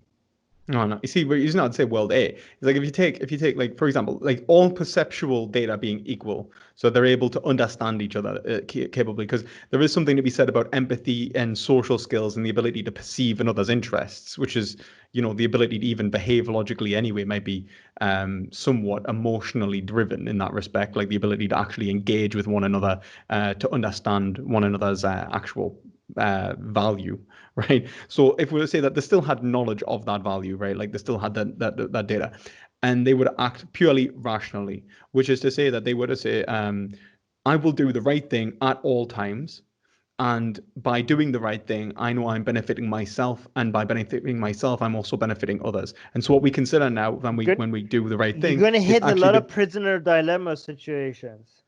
hmm? the prisoners that you're gonna have a lot of situations where people are gonna hit the prisoner's dilemma and they're gonna fuck everybody around them because it's gonna be in their best interest. I think No, people you are see, gonna be I don't very. think that I don't think you see that this is the whole point. I think egoism breaks down into altruism, quote unquote, in the mutual cooperation. We epistemologically rely upon universals, as I said before, to come to our I don't rational think. I conclusions don't about our think. own I interests. don't think that's what motivates people, right? Even in the world that we I live don't today. necessarily think that this is what motivates everyone. I mean, you give us the hypothetical of world A and world B. Yeah, but I'm Uh, just saying that. Okay, so let's go to world as it is right now. I think because we started with this world. I mean, most people are not thinking like. Most people, when they act ethically, they're just reacting to certain emotions that they want to satisfy. are they even acting Right. ethically then? Come Yeah. on, man. Nah. Like if you're doing ethics and what your ethics is an expression of your emotional states, then what you're actually doing is not ethics. You're just Wait, so you expressing your think? own desires. You're not Yeah. thinking. How Yeah. could you not do? Ethics isn't is the same as any other institution. It Who would? exists within Why a would you even rational care about application. ethics if you didn't have that drive? What, to care about others? Yeah, absolutely would.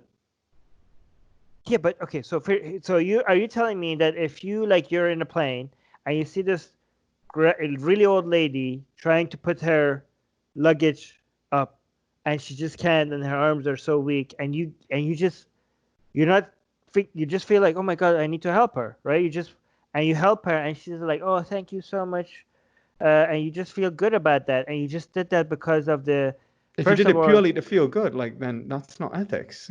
No. what the hell, like, so why do you do good things then? I mean, like, don't get me wrong. I do as well feel those emotions and those emotional states, and they do perhaps So what is okay? So aid tell me, if my it's not for reasoning. that But desire, for what is it for then? What's the like, alternative? I would say that it's overall for the greatest good in that And respect. why do you, and as so you want that, right? So yeah, but I mean, like, all desire is like all ethics is based But on it is desire in again. But at the end, you simplicity. are satisfying your desire. At the end of the But day, like, you're yeah, but there's a difference between desire as in desire, like it's not irrational, irrational. undetermined desire, first order, and second order desire, which is rationally deduced as being right or wrong.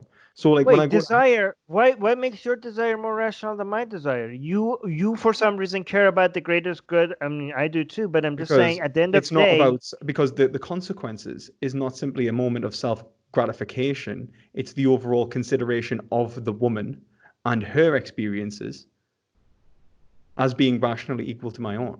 Now you say, like, don't get me wrong, but I that think that can like empathy that kind was of gives you also a that innate. momentary like that would also be a momentary like a momentary gratification of a desire, like you're just like, even if you went through like, let's say you went like, okay, I need to help this woman because what, like how would that thinking process go? Let's hear it. Because she's struggling and she needs and help. and why do you care about that? Because I care about her. Why? Okay, wait, so you're just doing what I'm doing, so you So just why do care. I care So about her? why do you care Because, about her? well, like, say if you're asking, like, do I Why do you care? care about her? Like, of course, is like desire is at the heart. Like, don't get me, I'm not divorcing desire from it. I'm doing the Okay, exact I'm opposite. just okay, so Like, I'm just trying the to see the difference difference. is there's a difference between acting selfish, Lee. selfishly Yeah. and rationally to consider both of us. So if I'm doing something good purely We're both because it will selfish. make me feel good and I don't care about that woman, I'm not doing ethics, But right? what's the alternative? That's what's the alternative? Like, give me an example. Let's say you're The helping this alternative old. is to consider that woman's experiences, even if it causes me suffering. Let's say I really don't want But to that's pick what that you. bag. That's what I. That's the same thing. Okay, No, so because no, let's say you feel good. You're saying you do it to feel good afterwards. I'm not saying that. I'm saying you do it because okay, you've determined it is justified. okay. So you determine it's justified, and you want to do the just thing, right? Yeah, Okay. So what does it mean for you to want to do the just thing? That means you get there's you desire involved. desire to do I the just agree. thing. So Okay. what it means if you do something that you desire, that means you're going to get some gratification from doing it. That means you get the momentary gratification from doing something that you desire. You're being selfish. How is that not selfish? no, it's not necessarily selfish. For example, when the individual finds themselves in the objective, we could say like an egoist finds themselves in ethics as doing the right thing is in their own interests. But in being ethical, they gain an appreciation for the other. I'd say that this is when, like, for example, McIntyre talks about this when he says the internal goods of a practice, of human practice. And I'd say one of those things is to consider other individuals and their But value. the appreciation of the other person is coming through a desire that you have for seeing them happy, or seeing them happy, or doing the just thing. It all comes down to your personal desire. How is it not? And I'm not saying okay, desire is not being okay, considered. okay, What I'm okay. So differentiating is between rational desire, if you're like second admitting, order desires and first order desires. Ethics is but a second order okay, process. okay. First of all, Like I don't know what the difference yet, but I will. so, But before we go to I'll the just quickly explain.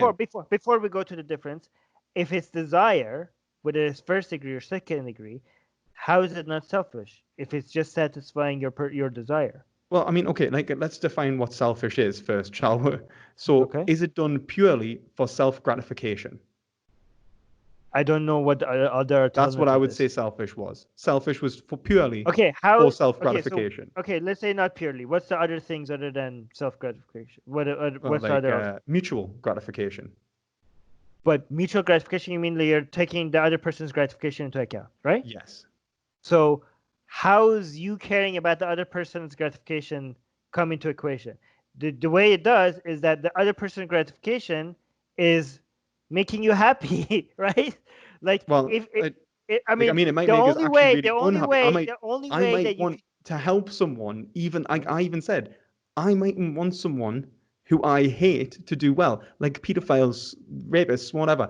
I might not want them to. I might want them to suffer, but then I might deny myself the gratification of wanting them to suffer because it is wrong. Like right, that's and you want to be right. yeah. But I'm So not you desire. denying I know you don't. the I purport know to you're first not order desire. desire. What? like I'm not denying that all Okay. desire is not like It's in relation to like for example second order desires are based off first order desires. I even made that point earlier. What okay. I'm Okay. I know. saying is that So is ethics there is anything other than rational. desire? What you Is there anything? described was irrational. It was emotional. It wasn't in conclusion to what is Desire. great bringing the overall Okay. benefit of individuals mutual Is it gratification. all It was desire? done Whether first. purely for self gratification. It was done Okay. purely for momentary self gratification. Not But even do you it's not even rational egoism. It's irrational egoism. okay? Do you agree that whether it's first degree or second degree, it all comes down to desire?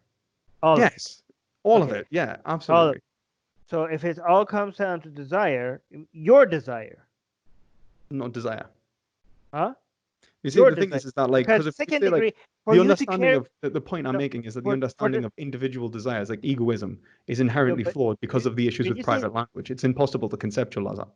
when you Conceptualize. say second degree desire, you're talking about other people's desires as well that you're taking that into account as well, right? That's what you Yeah. mean by second degree desire. But okay, but Well, the no, well, only I mean, way, it's also taken in consideration of you right? in general. So, like the point is, it's taken into consideration desire simpliciter, which is the application of the concept of Okay, desire. Like, if you look at how we divest the world, it's not individualistic, it's not private. Like, what I actually do when I um, give names to objects, nouns, for example, is I differentiate those objects as determinate objects that are different from one another. I apply universals, such as table, chair, whatever. These universal applicable concepts actually relate experientially to my experiences of various objects throughout my life okay, and also to another person's experienced objects throughout their life.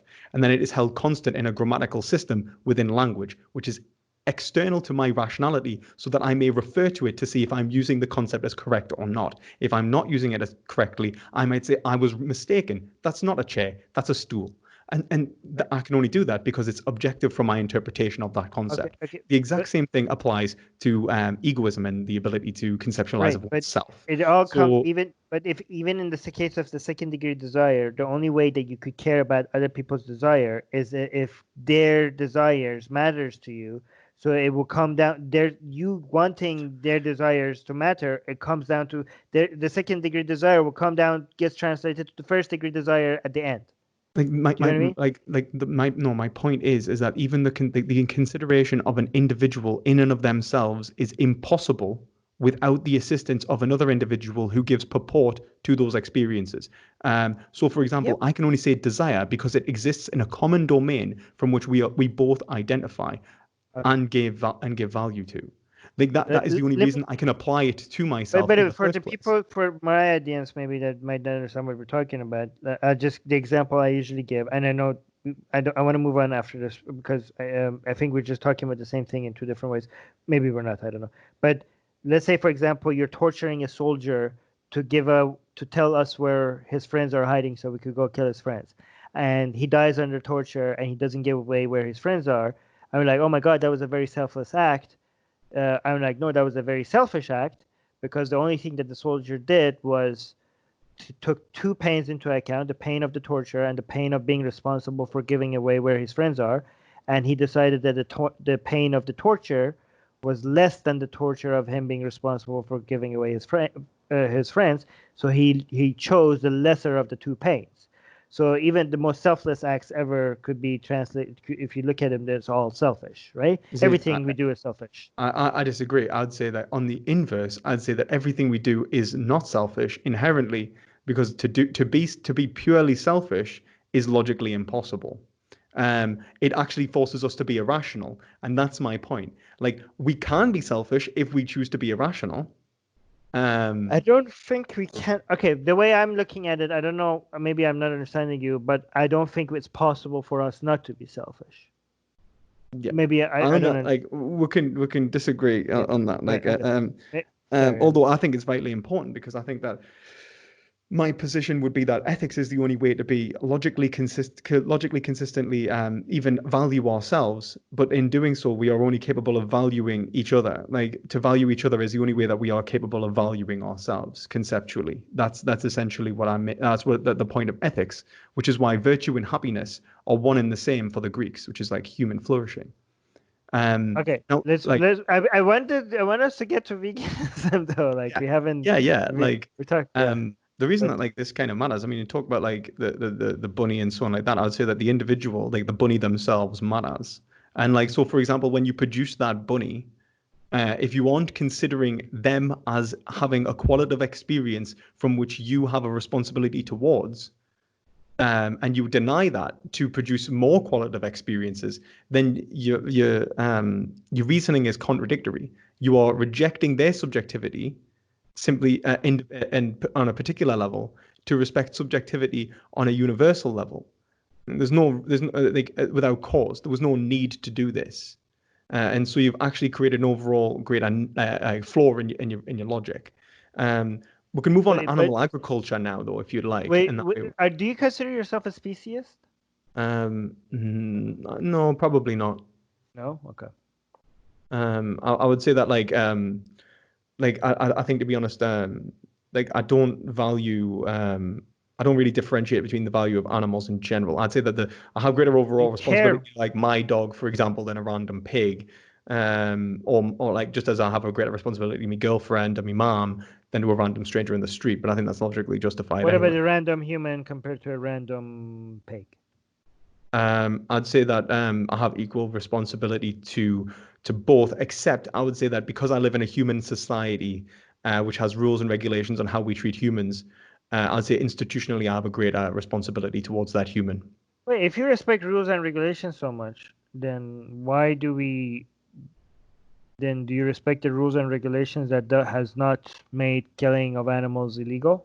Do you Well, the respect reason that? what I'll be saying is that like we've come to the point in which these rules and regulations, when which consider human rights and then animal rights, and the rationalities have developed over time to show that they are internally in contradiction. And this is why I would say that welfareism, which is I think the position of most people in today's society, institutionally embedded as well, like even in the products we buy, free range, organic, blah blah blah.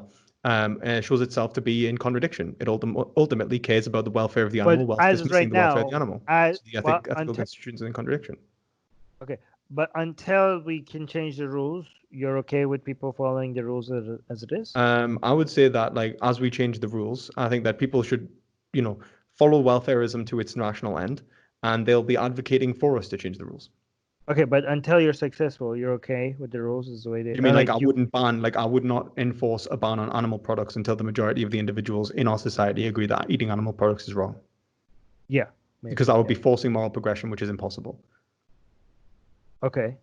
Yeah. So is that your position? Okay. Yeah. Okay, cool. All right, let's move on to, where did you want to move on to? Well, we can talk about animal agriculture now. Okay. You wouldn't be interested in having like a 2-minute break just to go to the bathroom, would you? No, let's do that actually. But I'm not going to stop recording. Thanks, man. All right, That's it. 2 minutes. Okay.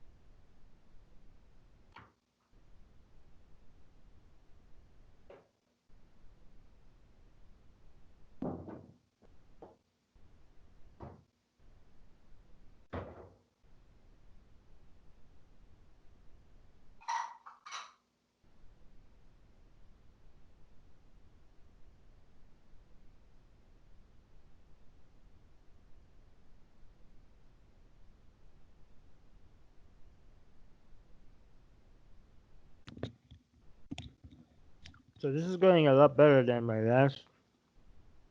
I mean, by better, I mean more friendly than the last argument. I'm here to entertain people while we wait.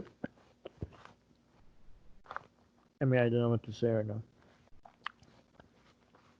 By the way, if you're a vegan and you're watching this, please don't get angry with me, okay? I'm really trying my best. I am honestly trying to be. I mean, if I'm wrong, It's not like I'm doing it intentionally. Actually, you might think like that it's so obvious that why we should be vegan, but it's just our preference for being able to eat meat that makes us like argue these positions and that we're not being honest. So if you think that about me, then you might think like I'm evil or something. I mean, I am evil, but hey, I'm trying to entertain people while we wait. You meet it. Oh wait, say something. Hello? Oh, you're good. You're good.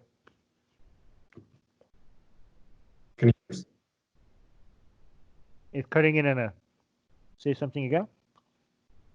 Hello? Oh, good. All right. Okay. Sweet.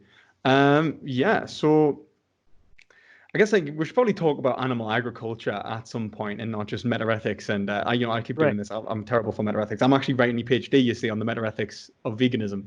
Yeah, I So mean, like it's hard to kind of something I follow. always get to. I use like very advanced terminology, so it's hard to follow sometimes.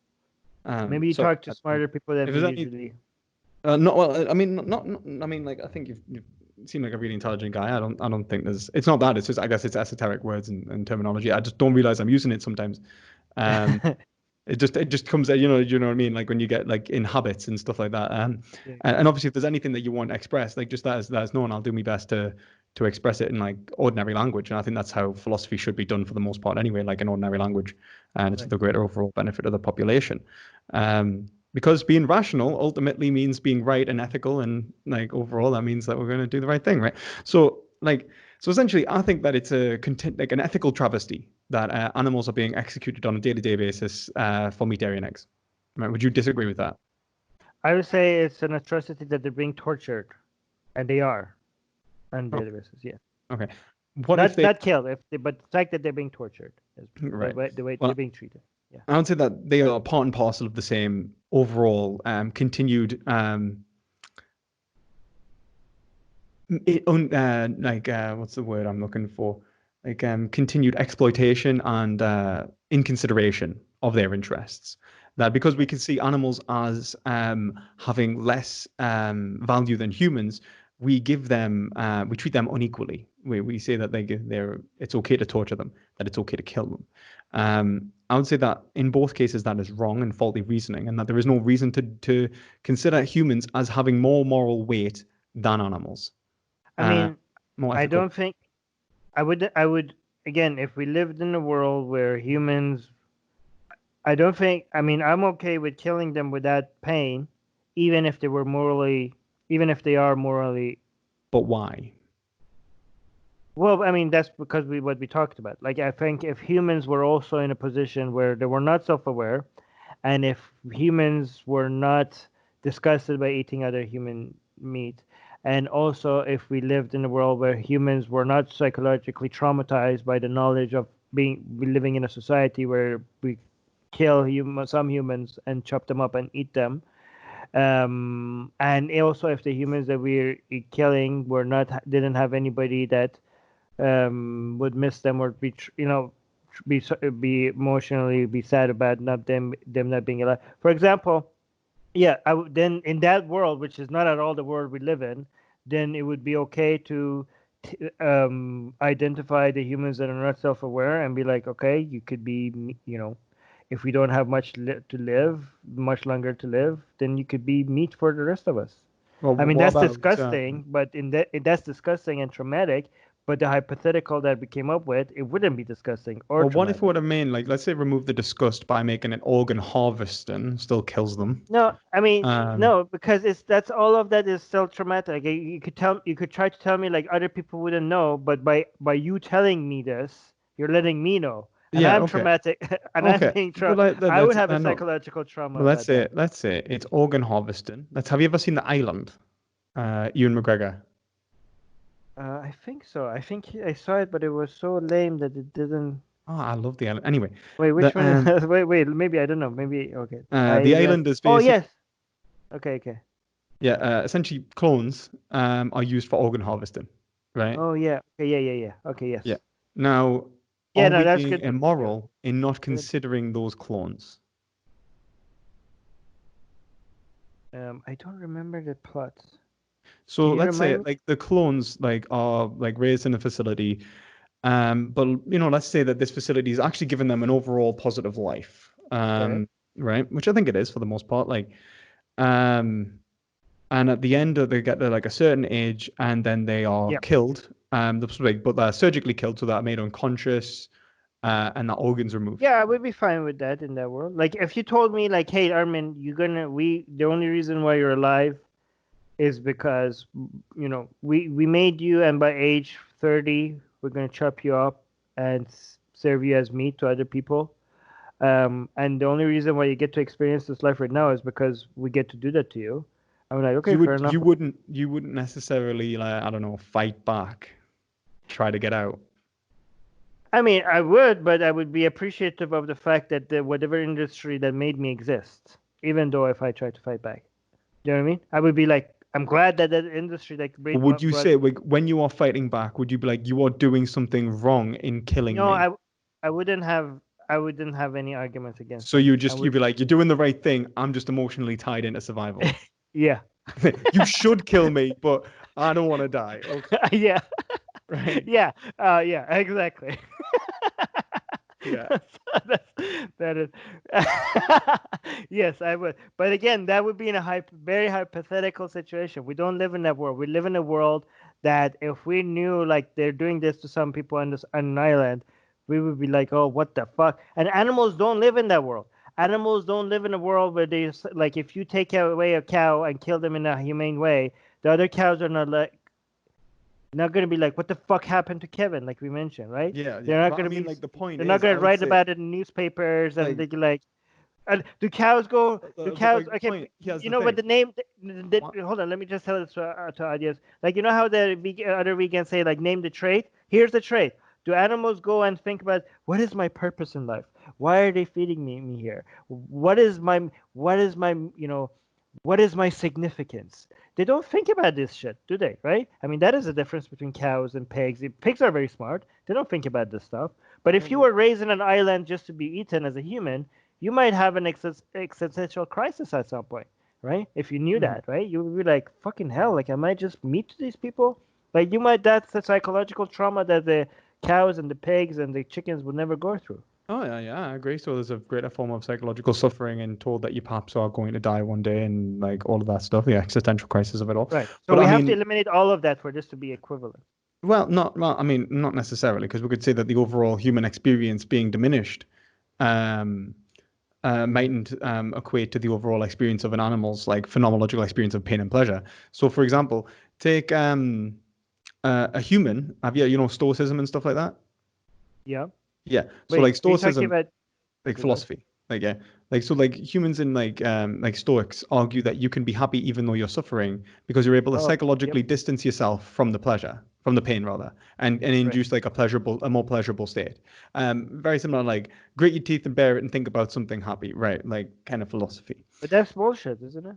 Well, no. I think it actually does modify your experiences. Like you can modify your experience by what you actively make yourself aware of. Yeah, but to a limited If you degree. think about like a good way to think, if you think about your pain, and that's all you can think about, you're going to be suffering a lot more than if you just like it's going to be over soon and you're able to soothe Yeah, yourself but in a manner you of can speaking. change your experiences to some degree, but not. I mean, if I'm hungry, how much thinking can I do Yeah, to you can't think find? yourself out of. I agree. I agree. Like there is only maybe so much, but then I don't know. Like some people manage to gain like quite a lot of psychological control over their experiences. I mean, like you've got them Some monks who are able to set themselves on fire and stuff. I don't Um, trust what the monks say sometimes. Anyways, they're like, I "Oh, know, I agree. But like, the point is, I think that they do have a lot more. I think that humans can become a lot more tolerable to pain through conditioning, right? Even, right." And the like I point mean, is, military do that all the time. Like, um, okay, but and so a human can actually modify their experiences to perhaps have a bit greater overall experience because of that complex psychological experience. As in, like, I think minimize their suffering, right? Well, an animal, they seem to suck at doing that though. Most some of them. humans do. Some humans are really great at it. It depends upon the ideology that Most of they're in. them, I mean, most people seem to be miserable no matter how much shit you throw at them. Like you might, when you win the lottery, you're just happy for 6 months until you get used to it, Yeah, and well, all of a that sudden you're might be an sad. issue with hedonism. I think Stoicism doesn't run into that. Okay. Um, but the point is the point I'm trying to make is that they're able to mitigate like perhaps some of the suffering of their experiences, like the pleasure. So, for example, if we were to say that we were killing like or like even like the conditions within animal agriculture, humans, for example, are able to adapt to living in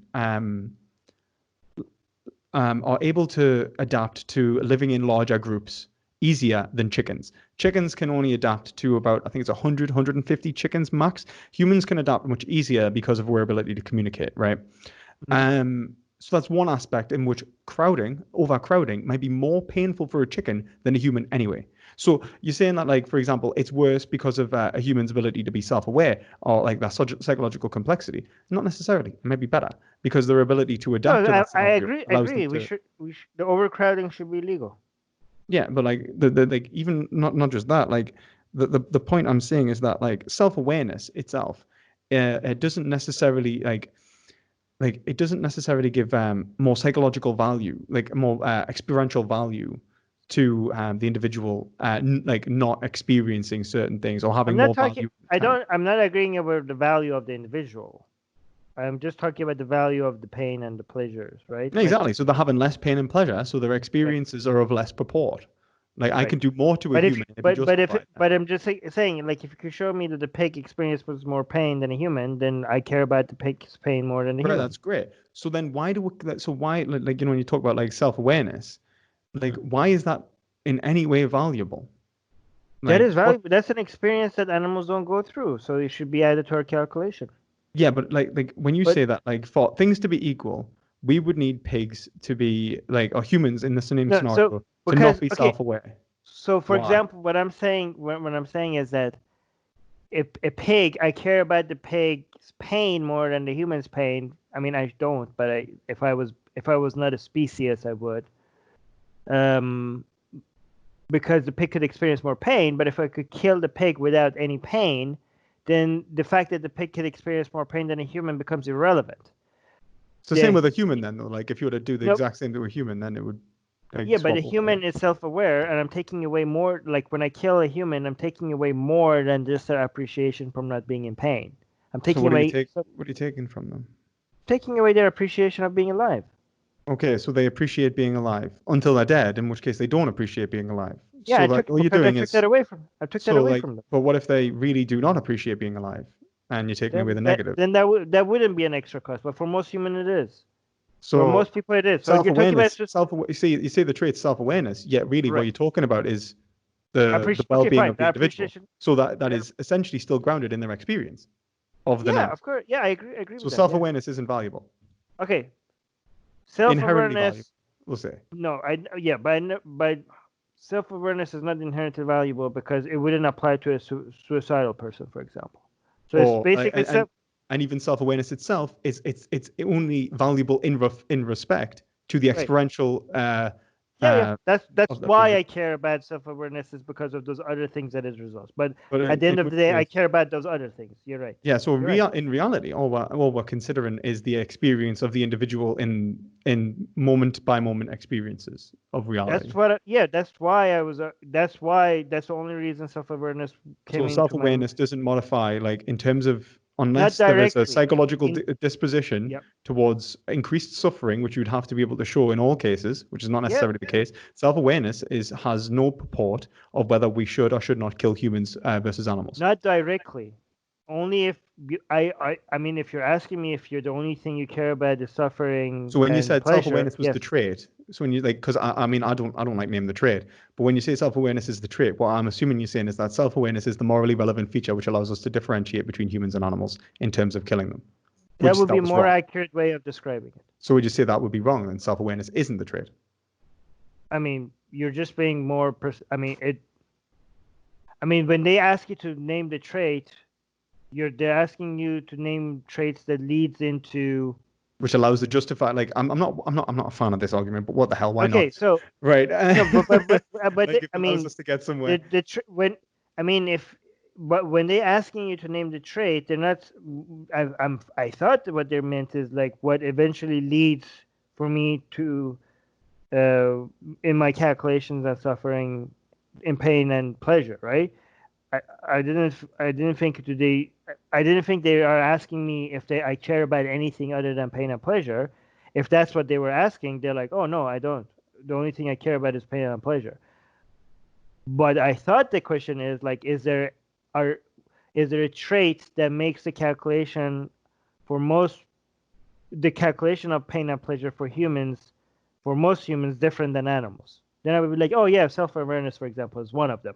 Right. Okay. Fair enough. But no, at the end of the day, I only care about the that doesn't then justify the treatment of one different to another, does it? Treatment of what? So for example, self-awareness itself would not justify treating one animal as different to another. Not by itself. Not by itself. Okay, we agree. That's great. In which case, overall, what you have to now show in terms of like your consumption of animals is that your consumption of animals creates an overall benefit to society, or benefit in general towards the pain and pleasure ratio, than non-consumption of animals.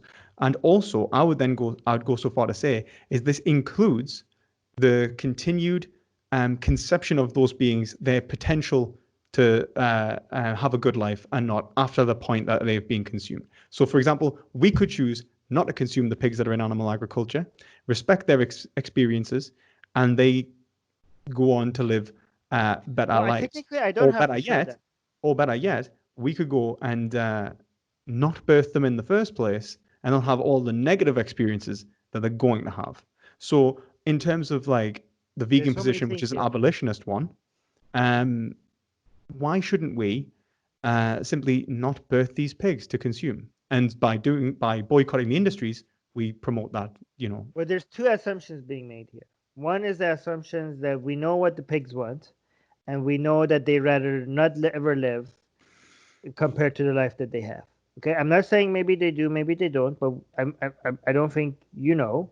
right? I Well, mean, if you ask I think me, I can make a rational position from I- that. So I think for one, like look at the experiences of pigs in terms of what the lives they lived. For example, many of them are drove nearly to a psychological state of despair without actually eating each other, which is an expression of severe anxiety in pigs. You've got pigs who are severely injured, beaten, tortured, which you agree right, is wrong. right. In terms of even, let's say, a free range organic pig, which goes on to live its day to day life, why then would we say, like, we can have this pig only if we eat it? Okay, but can I make, because well, with regards to the first point, if it was, I'm not saying I know what the pigs want, right? But if you ask me what I would prefer between that life and never existing, I would pick that life. Right. Okay, okay, but I'm not saying this is what the pigs want, but I just know that that's what I would want. I But would I mean, rather that could live. even be a psychological bias towards life, right? Right. So by getting rid of the meat industry, you might be taking away something from them that they would have preferred. I'm not saying you are, but you But I might don't have. care about that preferences. I care about their interests, what actually brings them the overall experiences. And so do you, because you said what you care about is pain and pleasure. Yeah, but maybe experiencing some life over experiencing not no life is better for them. I don't know. I would be So, better for me. well, why would you think it'd be better? I mean, I'd rather experience something than nothing. That's a preference. And But like, as in, like, you wouldn't have, like, for example, that preference would not exist if you had never been born, for one. So what we're actually like, yeah, it's but very that would hard be to a crime compare. against that would be a crime against me as much as it would be like murder. If you go back in time and make it so that I was never born, you technically murdered me. Well, um, I mean, that's a semantic issue. That's a hell of a semantic But issue. But but that's one. But the second assumption is that so that's one thing. But we could address that. But another thing would be I don't even if that was not the case, I wouldn't have to show that because if I admit that I am being okay, so here's the thing. I could admit that it's morally I would be in a higher moral position, for example, to not eat meat mhm. and still eat meat. And you might be Inconsistent. like, huh? You could be inconsistent. You could be wrong. You could be doing Yeah. the wrong thing. Yeah, No, you I could be. wouldn't be Yeah. doing it. Okay, so and then you were like, why are you doing it? And like, because I'm not highly motivated to take an action against that immoral thing. And you were like, okay, so but that's what I do it on so many other levels, right? And the example I give is, for example, I have the air conditioner on right now, right? And I could turn the air conditioner off and use the money that I was paying for my electricity bill to, I think the money that I pay for this, it could save 5 children from starvation for a year. And I could do that, right? So the fact that every month I could do that with that money, right? I can't even count the number of children I could save with starvation. But every time I'm turning this on, I'm actively deciding that my comfort here right now is more important than every single one of those children that are dying from starvation. I'm actively making that decision, right?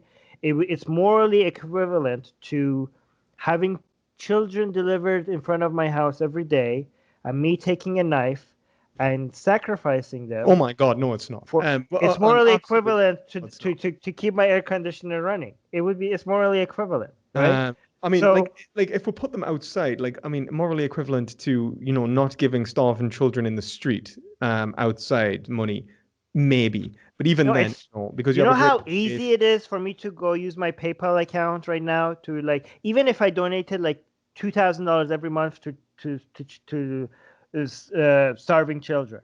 The fact that I'm not doing an extra spare $50 that I have is me actively making the decision that something else is more important. And it's so like no, if it's actually easier for me to help children far away right now than the children that are close to me because the children that are close to me are in the streets and I have to actually get out. I have to go in the I heat mean, of you the could just sun. donate to a local charity.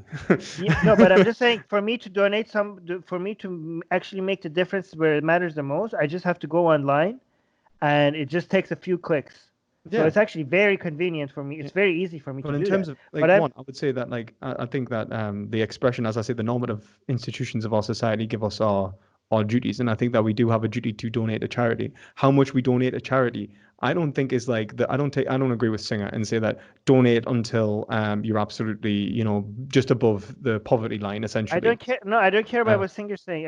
What I'm but saying is that Singer is making the point that he's a utilitarian, and that's the rational conclusion.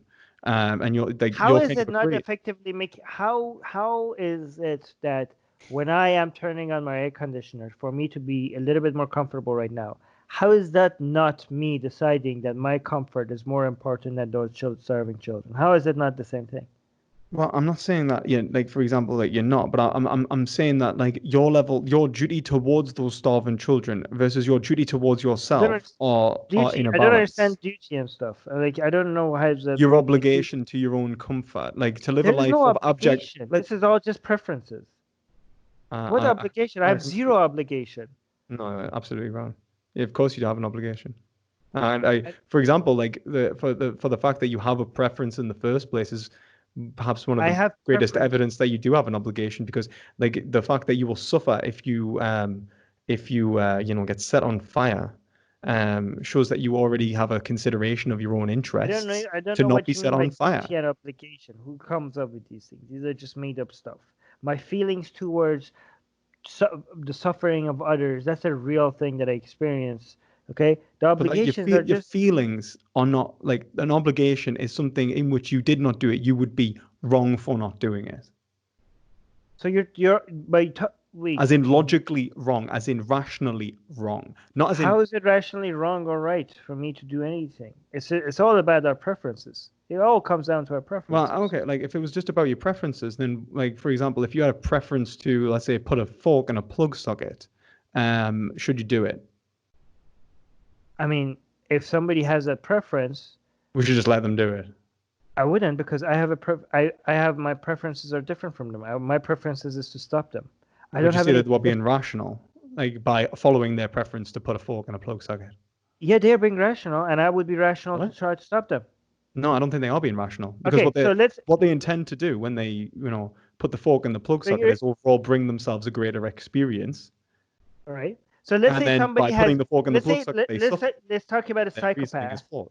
Let's say there's a psychopath that has no desire in seeing other people's happiness Yeah, and that gets could be ethical. pleasure. Okay, what? Yeah, So psychopaths can be ethical. Have ethical obligations exactly the same as anyone else. okay, no, but let's say a sadistic person that could.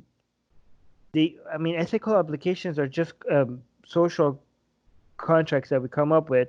No, social contractarianism is absolutely wrong because social contractarianism assumes that when an individual associates with another individual, it's purely on an egoistical level to attain their own interests, which they've assumed. The point is that ethics actually comes before social contractarianism. It's actually Hegel's critique of contractarianism, All right, but in which he shows that let me to make my have the point. knowledge necessary, to have those egoistical desires, those selfish interests, you would already have to be in an ethical relationship with someone to have the epistemological institutions that allow you to Oh my. gain that knowledge in the first place. Okay, but okay, so you speak a lot faster and say a So, lot more, but then I so can. But can I I'm sorry. can you give me the chance to tell you what I think and Yeah, of give course. it? Sorry. Okay, what I think is that all these rules and obligations is just people like us who care about, who do have the preference of seeing other people happy, and do get emotionally distressed from seeing other people in misery.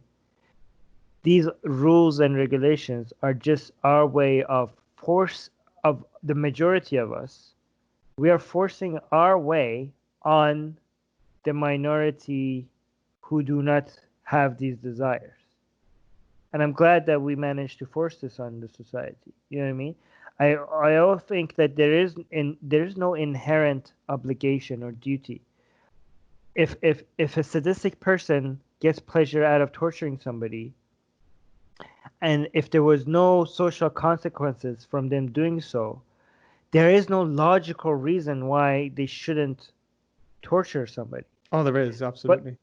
okay, but let me make my point. I only think that it makes logical for I get distressed from seeing somebody being tortured, So it makes logically, it makes sense for me to try to stop somebody that is torturing another person. But what logical argument, let's say I'm a sadist and I'm torturing somebody and there's zero social consequence, like I could get away with torturing somebody. What logical argument would you have against me to stop? I would say that your ability to even understand that it's in your interests would be a logical deduction that's Why would occurred it be in my between interest? individuals. Why would it be in Right. my interest? Well, what I'm Stop. saying is that like the sadist that asserts what their interest is the one making the epistemological error, because what they are doing is asserting a notion of good or right without any epistemological justification, without any rational evidenced proof. And that rational evidence proof occurs within an institutional format which allows us to verify and falsify, whether it is good, bad, right, and wrong. I don't know what you Uh, mean. Can you try to so, explain it a different way? so, like someone who's a serial killer who wants to kill other people, they No, let's just stick with my sadist. My sadist okay, wants to the torture. sadist who wants to torture someone, right? Yeah. And The there's sadist, zero consequences to what and there's he's going to doing. be zero consequences personally to them, okay, right? And they know this, okay, fair enough.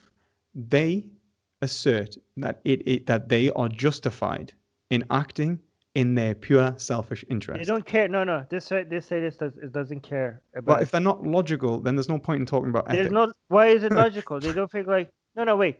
They don't even. Why should they? Why is it logical for them to care about what's justified and what's not justified?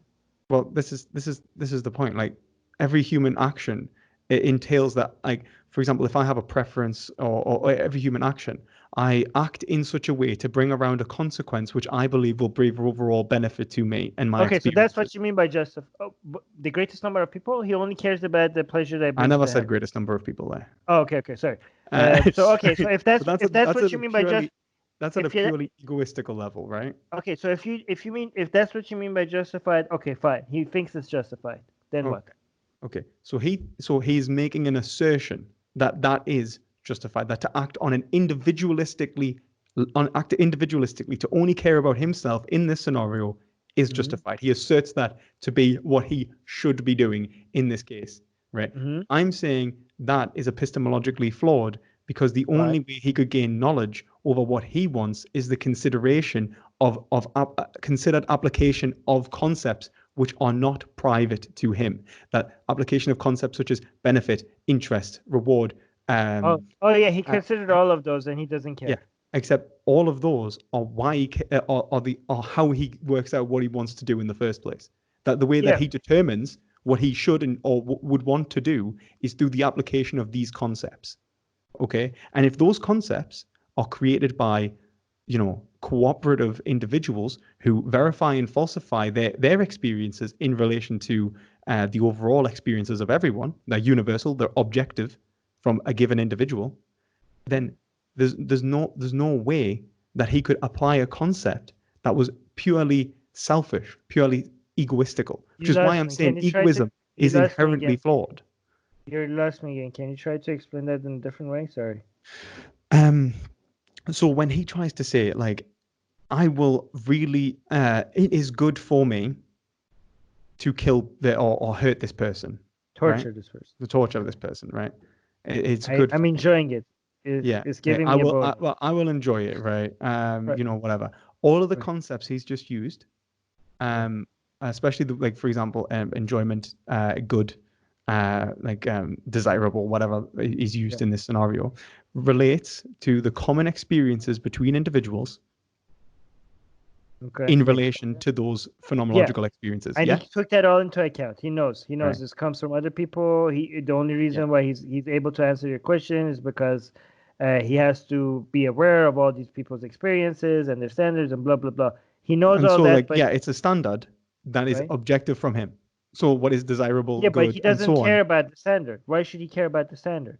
Because without that standard, he can't care about anything, and in order to achieve what is good for him in the What? first place, like How does that the egoist, follow? like you cannot consider something, like, for example, it would just be, you could be irrational, You like you could could be be just aware of other people's standards without caring about it. That's not other possible. people's standards. I'm saying the standards of justification in the first place, whether he is right or wrong, in relation to his own reasoning, his own application of He reasoning. could be okay, but he could be understanding that based on my standards, this is something that I enjoy and I can continue doing it.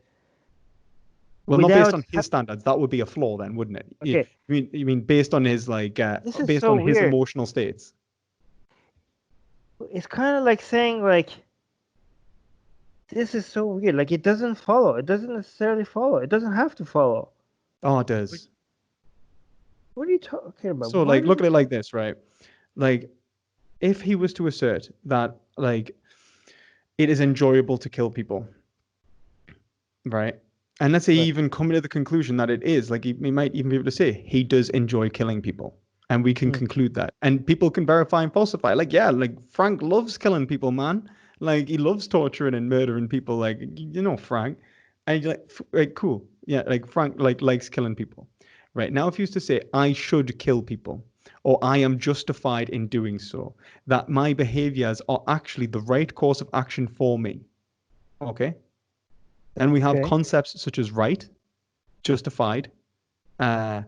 All right. Okay. Right? Okay. Each one of these is only possible in relation to experiences which are common.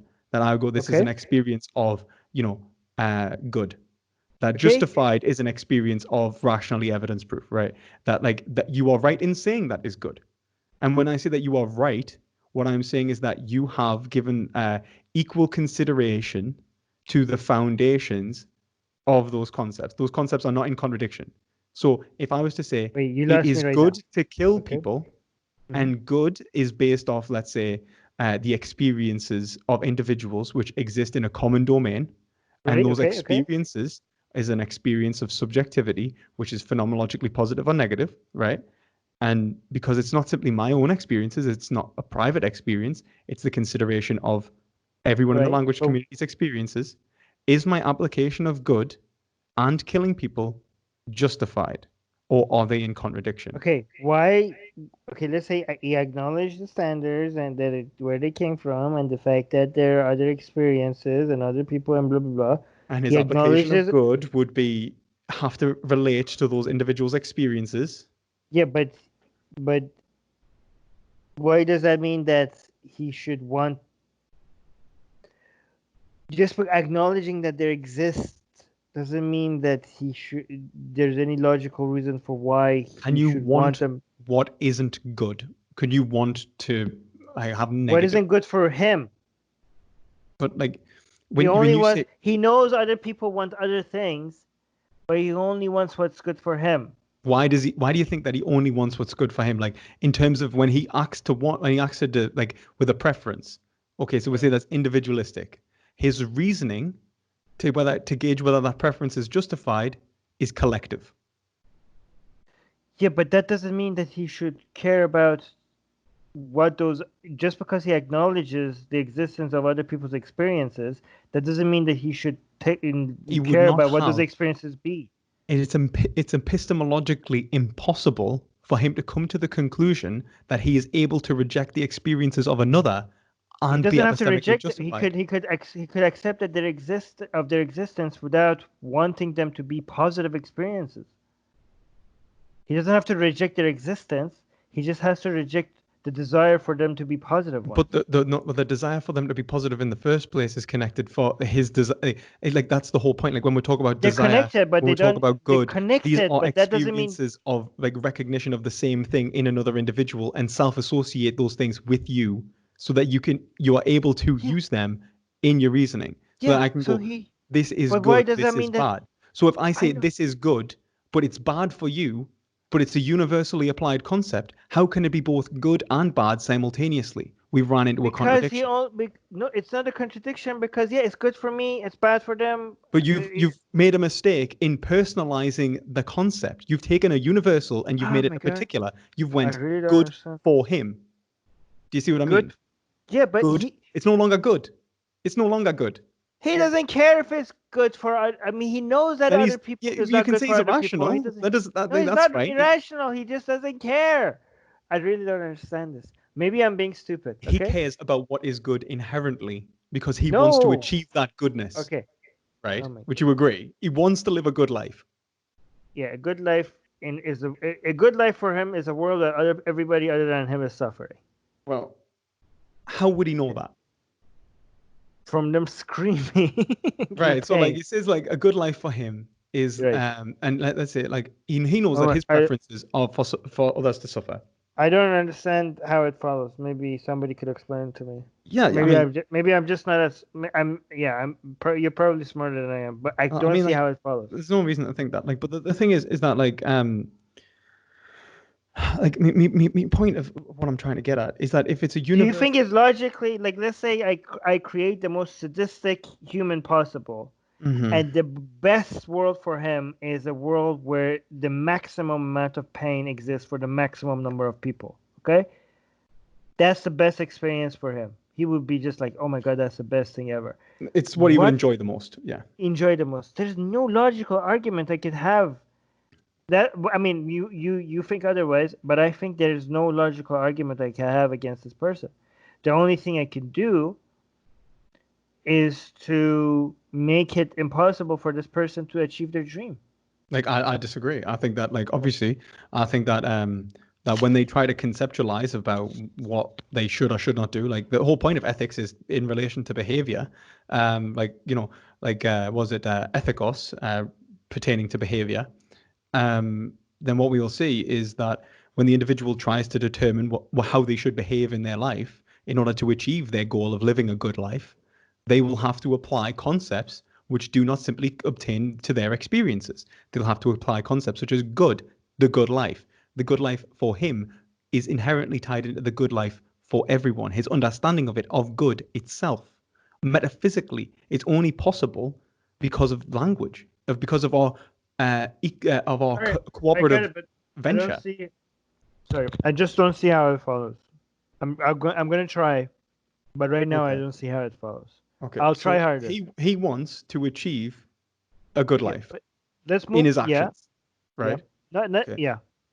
Okay, and a good life, okay, like good, a good life, good, is defined by more individuals than him for it to be objective. No, that's the definition. Your definition. That's not his definition. That's just how definitions work.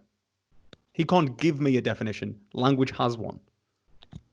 Okay, so what's good for you is not good for him. What do you mean? Good is a very loose. What do you mean? There are some words that mean different things to different people.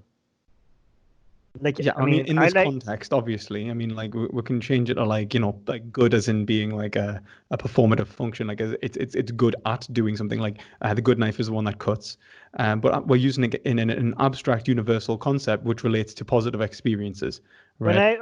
So based on your definition of what a good life is, he doesn't want a good life. So he wants to suffer.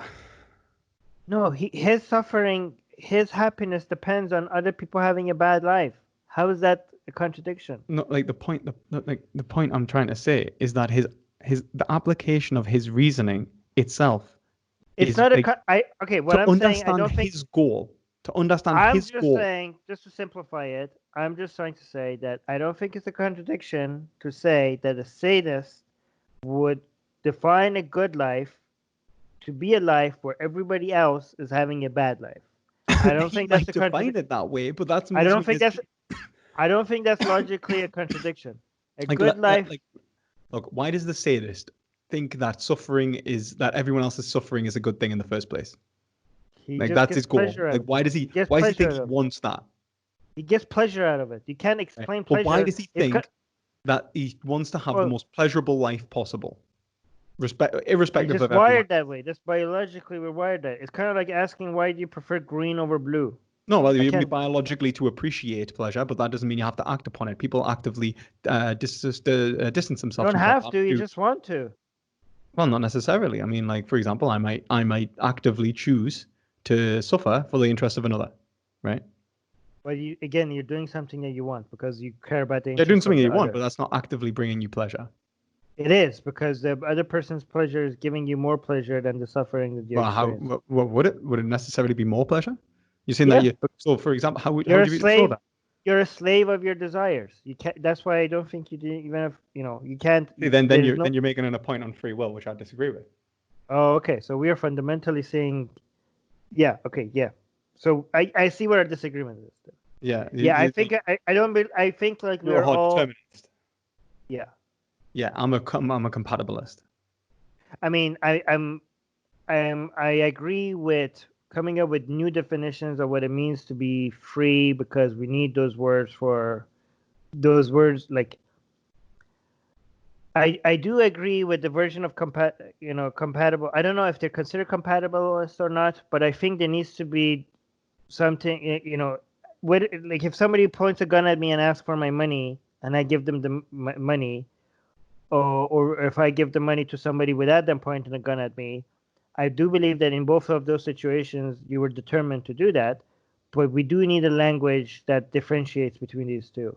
You know what I mean? You see, Like we I'd do, say I'd say that like the like application of concepts like determinism really like I'd say that epistemology as a whole is based on an ethical relationship between individuals in which we are able to falsify and verify let's not go down our that own road. That's going propositions. to take us. No, but I know, but the point of the matter is that obviously that the causal notion of humanity is inherently contradictory. That it All right. actually Well, we're undermines getting off track though. its own Let's go reasoning. back. Um, What I was trying to get at before we got off track was that because I think that I'm like we're all technically evil by the decisions that we make. Like the phone that I got didn't have to be this expensive. Um, like I think okay, so I know you disagree with this, and I think like um, we're thinking about morality and ethics in different ways, but I just want you to understand where I'm coming from, right? So what I have accepted is that I have I'm evil, and most people are evil, except the people that are living max extreme minimalist lives and dedicating their what do entire you mean everything. by? Do you mean like as in like when you say Like, evil? Like what do you well, even mean? As in like so so you I like think doing the as wrong thing? Like no, what I'm saying is that most people would think that I don't see much technically that much of a difference between action and inaction, right? So, for example, the example I give is that if you tie, like, let's say there's a machine that somebody is tied to, and if you press a button next to the machine, the person will die, and the person is innocent. And if you just kill that person, you're doing something immoral, right? And in the second scenario, like it's the same machine, a person is tied to it, but instead of just a button, there's a countdown, 10-minute countdown, and if it goes to zero, the person will die. But if you press the button before it goes to zero, you will stop the person from dying, right? I mhm. think in the second scenario, if you just look at the button and don't press it, and the person dies, it would be morally equivalent to you pressing the button in the first scenario, right? So Yeah, it's people kind of like that Sartre, man is condemned to be free. right. So I think like there's not that much of difference between an acting and killing somebody, or and not acting, whereas you could did something with no cost to you, and you technically killed the person in the second scenario, even though you didn't do shit, right? So that's why I think like me being able to to save a child from starvation at any moment and with $50, and deciding not to do that and spending it on anything else. Every time I buy a shoe, every time I buy a new phone, a headphone, clothes, I'm actively, and each one of those moments I'm deciding that this matters to me more than those starving children. It technically is the same as killing a child for those shoes. Well, I know you disagree, but that's where I am right now. Okay. So I do believe that, given that I see them as morally equivalent, I do believe that I'm evil, most people are evil. Uh, all I'm trying to do is to be a bit less evil. Yeah, So so what I'm you said to me though that you agreed that our institutions embed our rational, like our rules embed the reasons from our action and our obligations so that we can maximize our effectiveness and doing the quote unquote best possible thing, utilitarian wise, right? We said. right. So like So we'll have laws that prevent you from like speeding, breaking traffic lights, things like that, right. yeah. Um, all other obligations I would say are also embedded in that same scenario.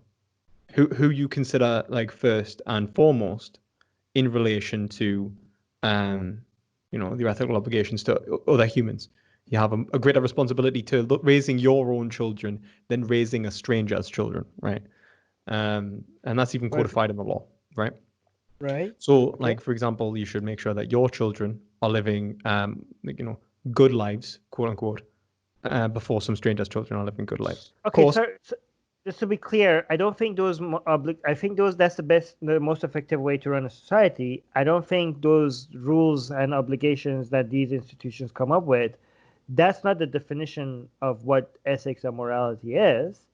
I think, um, I don't think, like, for example, those institutions should come up with a rule for everything, and there are a lot of things that could be immoral, even though those institutions have not codified it in any way, right? For well, I mean, example, I like, don't think, you I don't don't, for necessarily, example, you can have ethical I don't, institutions that don't enforce by law. So, for example, I know you're an atheist channel, but I would say that, like, you would agree that the religious ethics existed, and in that they codified certain behaviors in relation to maybe unfounded obligations, but they did codify them. right, But they weren't enforced by law, like under threat or anything. You could see okay. that you could have an ethical institution which is not. Um,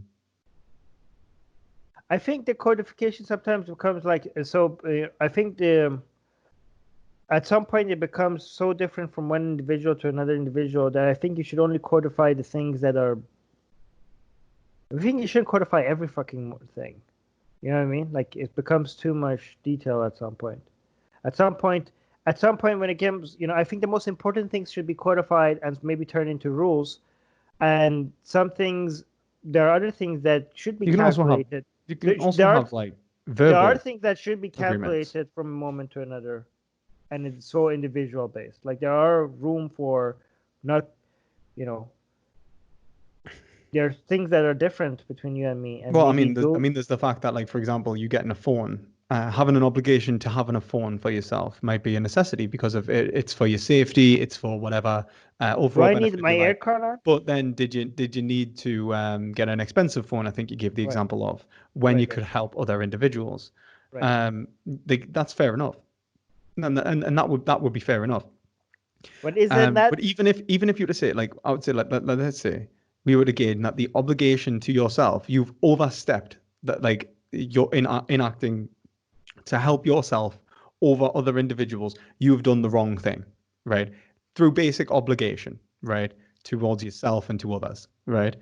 Um, I'd be happy to say that's the case. I don't see the issue.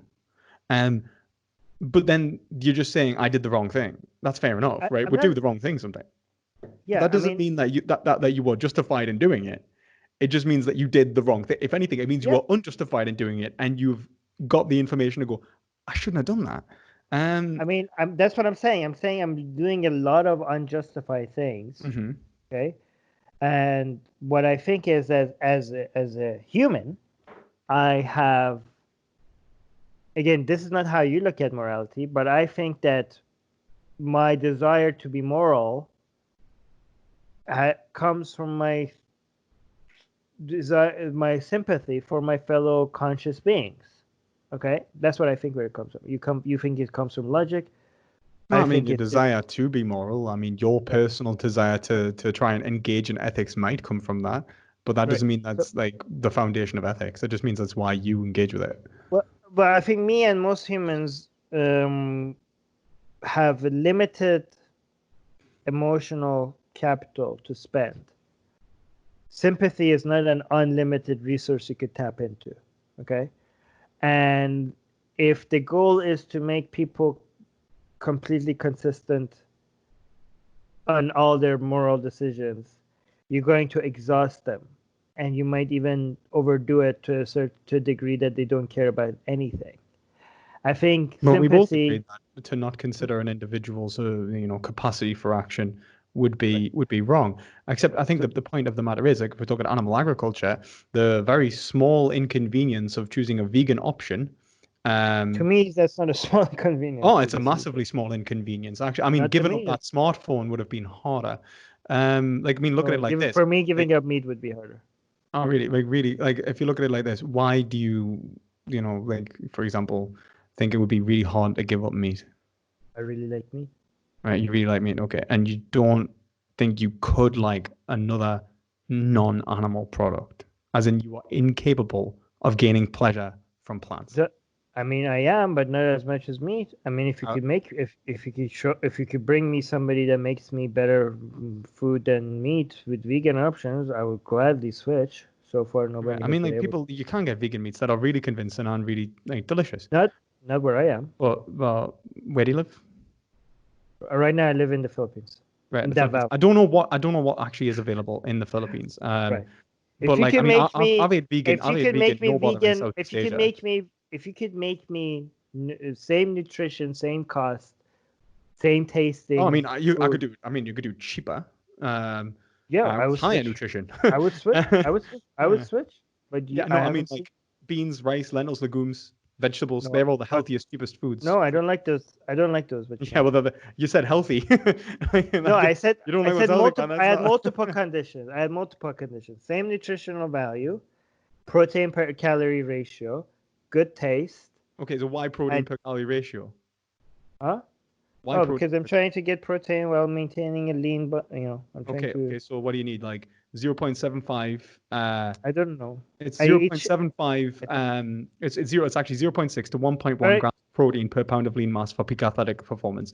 Averaging it out at about 0.75 per pound of lean mass, right? So let's say, do you know how much you weigh? Right. 165. But I know. I mean, Right. if you could, I agree. But I'm saying, I know what your point is. If you could give me that option, I'll take it. Yeah, well, I mean, you have that. But What I'm trying to tell you is that you have that where option is now, it? and that Where? you probably Where? overestimate how much protein you need. I mean, how much protein do you think you need? I mean, just to be safe, I know this is more than what I need. I try to go gram per pound A gram per pound. So that's like what 160 grams of protein. a day. Yeah, Yeah, I know that's 165. That's point. Just to yeah. be. You don't need. I mean, like Yeah, let's say even that's even all. if you That's fine. wanted to do a gram per pound, totally do it on off animal products. Okay, what should I eat? Tell me, what should I eat? I'd say like beans, lentils, legumes, things like I black don't beans, for like just example, beans, and tofu. I don't like that. But you said I said it's going to be the same taste as well. You said that's available. It has to be I'm same saying like, nutritional value and same taste well, I'm saying that yeah, okay, and they're same not much. price. Oh, right, okay. But then what you're really doing is like, if it's not meat, I don't want it, right? But like, the point I'm trying to say is that like even in the consideration, right, of other individuals, let's say with the smartphone, if you were to say like I was wrong in buying that smartphone without Okay. considering other individual, I'd say that you have to admit that you are just as wrong in consuming animal products without Yeah, considering them. I am admitting that. Okay, I'm so just saying so that you're not I saying might. that it's justified to eat animals. What you're saying is that you're selfish. Yeah, But that's fine. Like, okay, you're selfish, right? Like, okay, that's most of humanity. Like, there's a lot of selfish people in the world, I'm not right? saying that's It's not okay. okay. Like, it's I'm not wrong. saying it's okay. I just forgive myself. Well, I forgave myself for turning on this aircon, even though I know it's evil. I'm forgiving myself from turning it on. I know it's evil. I know this is the right thing to do. Would have been to turn it off, accept the do you discomfort think? that I'm. Do you think What? that do you think that so like what you're essentially doing is you're saying that reason be damned. I will No, tell you what I want, and that's good enough. I'm not saying reason be damned. Well, I I'm mean, you just might real. as well be because you're saying that it's okay to be ethically wrong. No, what I'm saying is that I'm logical enough to realize that this is evil. So you're logical But enough to realize that it's wrong, but you're not. wrong, I mean, my definition of wrong is different from yours. So, yeah, based on your definition, I'm wrong. Okay? Okay, but you're not But motivated enough to do something about it. yes, So exactly. why don't you then work? Would it not be rational to then work on self-motivation? Yeah, I mean, but what I do, I'm exercise like I have certain level of sympathy where I choose to spend that sympathy is, you know, is my choice, right? Why do you I need? mean, that's what Why do you need to spend this is why I sympathy say as if it's a currency? that's what I'm Um, saying. It's not an unlimited resource. but you don't It's need an that. You don't need to be you can't sympathetic care all the about. time. Like you I'm just need saying to that's just. what we're all doing. That's what we're all doing. Like I we're disagree. all. Let me just say. I think we're. I mean, unless you have given up on everything other than reducing suffering, like you have done that. Like, do you give your own haircut or do you pay for your haircut? I don't know. Well, I mean, Do you right pay? now I'm actually kind of stuck inside. Well, do you So I like have I don't know, like recently, like I'm not trying to put you in the spot, but I'm pretty sure Do you buy things that you don't technically need but you want? Yeah. Right. So I'm saying like I'm not trying to like say anything insulting or anything, but I'm just saying That's fair like enough. I'm maybe not morally like perfect. maybe That's yeah, absolutely, I but completely agree. right, but I'm just saying like I know some people have more sympathy, some people have less sympathy, but we all have limited amount of sympathy that we could spend. You would And agree the only that we people that are should give not up animal products. no, let me clarify. So the only people that haven't maximized, like the only people that are technically not evil are the people that are not doing anything that they don't need. Okay, that are just doing all like everything they're spending their money and resources and time and energy on is dedicated to reducing of suffering of the highest number of conscious being possible. Anything that diverts from that, you are deciding that the current suffering in the world that exists is less important than that. Okay, and I know actually some people that think like this and Well, are and have done saints, that minimalist. saints, No, not like. saying.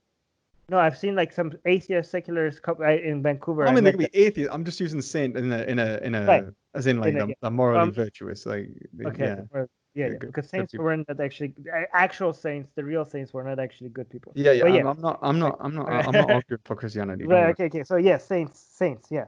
But other than that, the rest of us are evil, and we are picking our battles. We're deciding like, okay, I'm gonna care. I'm gonna try to increase my care.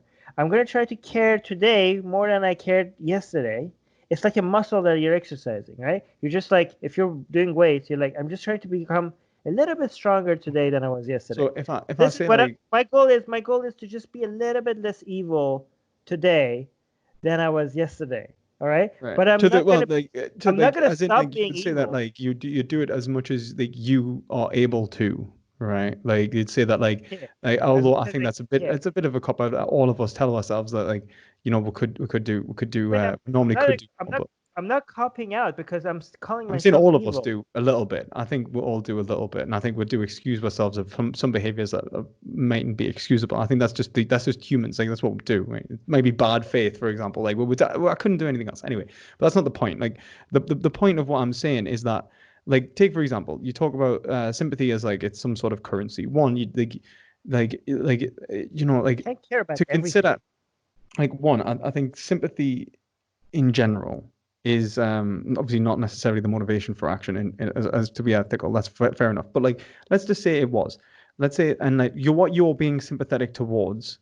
Mhm. If you're saying it's a purely emotional state, then it just depends on what you feel, right? In which case, ethics be damned, it's not related to what we're doing anyway. Humans aren't ethical then, and in which case, you shouldn't be having an ethical But debate that's your on definition vegans. of ethics. No, no, no. I think ethics would not exist if we didn't have sympathy. So But that's what I think. my point is that what you've done is you've actually moved it to emotivism, and then you're saying that those more emotive foundations are I think determined within our being. ethics is But what you're saying is that I think like, what ethics are the most logical ways for us to satisfy our desire for kindness.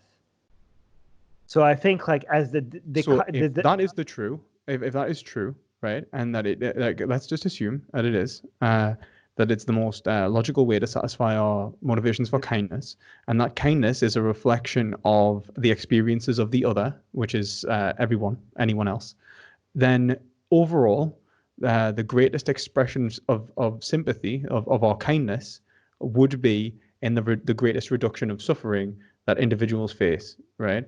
Now, animal agriculture kills 80 billion land animals a year and kills so many sea animals that it's measured in tons. The suffering that they face, for example, take a fish being ripped out the ocean, is perhaps having its stomach explode, or its lungs, or its like, well, not lungs, its stomach explode. Wouldn't the As fish it's die a slow, painful death if we left it alone as well? Now, sometimes they do die a really horrible, painful death, No, I mean, and if they don't die wouldn't a all horrible, of painful them death, then they're any sometimes die? gutted alive, or No, but have a if you head cut didn't off or fish them smacked out, over the head. These fish don't really get nice treatment, like at all, no, like that. wait. But if you didn't take them out of the water, they would have died slow, painful deaths anyways. Why do you think that? Like, you mean like How they do would have fish died die? naturally? Like, you mean as in Yeah, like they would have died naturally. a natural death that Yeah, perhaps they would have been evolutionarily maybe better designed for as well. So, like for no, example, like evolutionary, some we of the all die. Nature, you die pain, slow deaths. Yeah, That's more. like nature. Yeah, but that doesn't mean that we are justified in causing painful, slow deaths. I mean, you're just replacing one And painful as slow well, death like, with another. and you're not Wait, replacing one the you're just replacing one painful slow death with another painful slow death. I mean, well, not really, because technically, I mean, like, let's be honest. Let's take, for example, a fish that gets eaten by another fish. That other fish is still going to have to eat another fish. So really, you've just caused two. It's like, for example, if you go and shoot a rabbit, right, and then you go, oh well, it was going to get eaten by a fox. I've done it a favor. That fox is still going to eat a rabbit. Like you haven't actually mitigated the suffering of the rabbit. You've just created so two kill the separate fox as well. Then. aspects of suffering. Well, Just this to is the kill a thing. fox.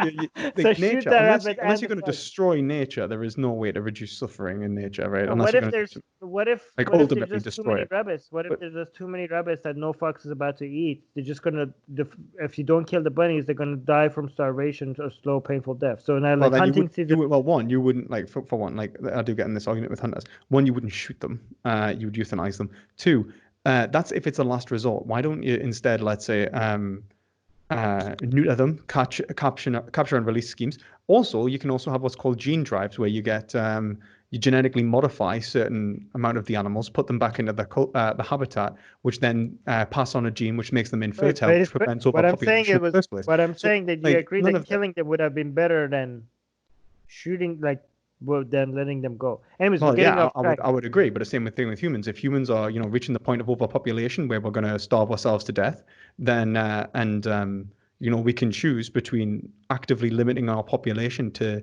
prevent the overall suffering of individuals. I say people are starving, and they are given the option. Like, you can walk into this gas chamber, and I Yeah, know people like have a thing with gas chambers, but like they're actually probably, depending on the gas you use, probably one of the most but innate we're getting off track. What we forms were of death. saying, what I was Not saying the ones is that kill pigs with, like, actually be that's what I'm carbon saying dioxide. is what I'm saying is that the way I motivate myself to care more is the same way I try to advertise act more people caring about.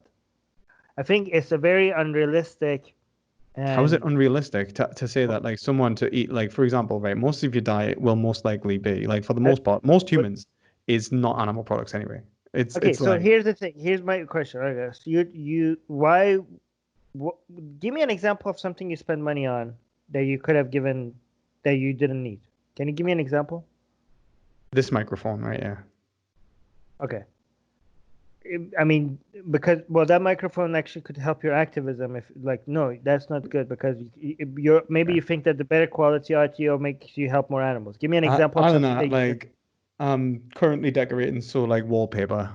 Okay, wallpaper, right? So why wouldn't you not get the wallpaper and donate to give that money to charity? What's the reason? So I think that there is a psychological, um, I would say that we all have a necessary psychological, like, consideration for ourselves, and a responsibility towards ourselves to live a decent and pleasurable life. Oh, okay, good. That's why I eat meat. Right.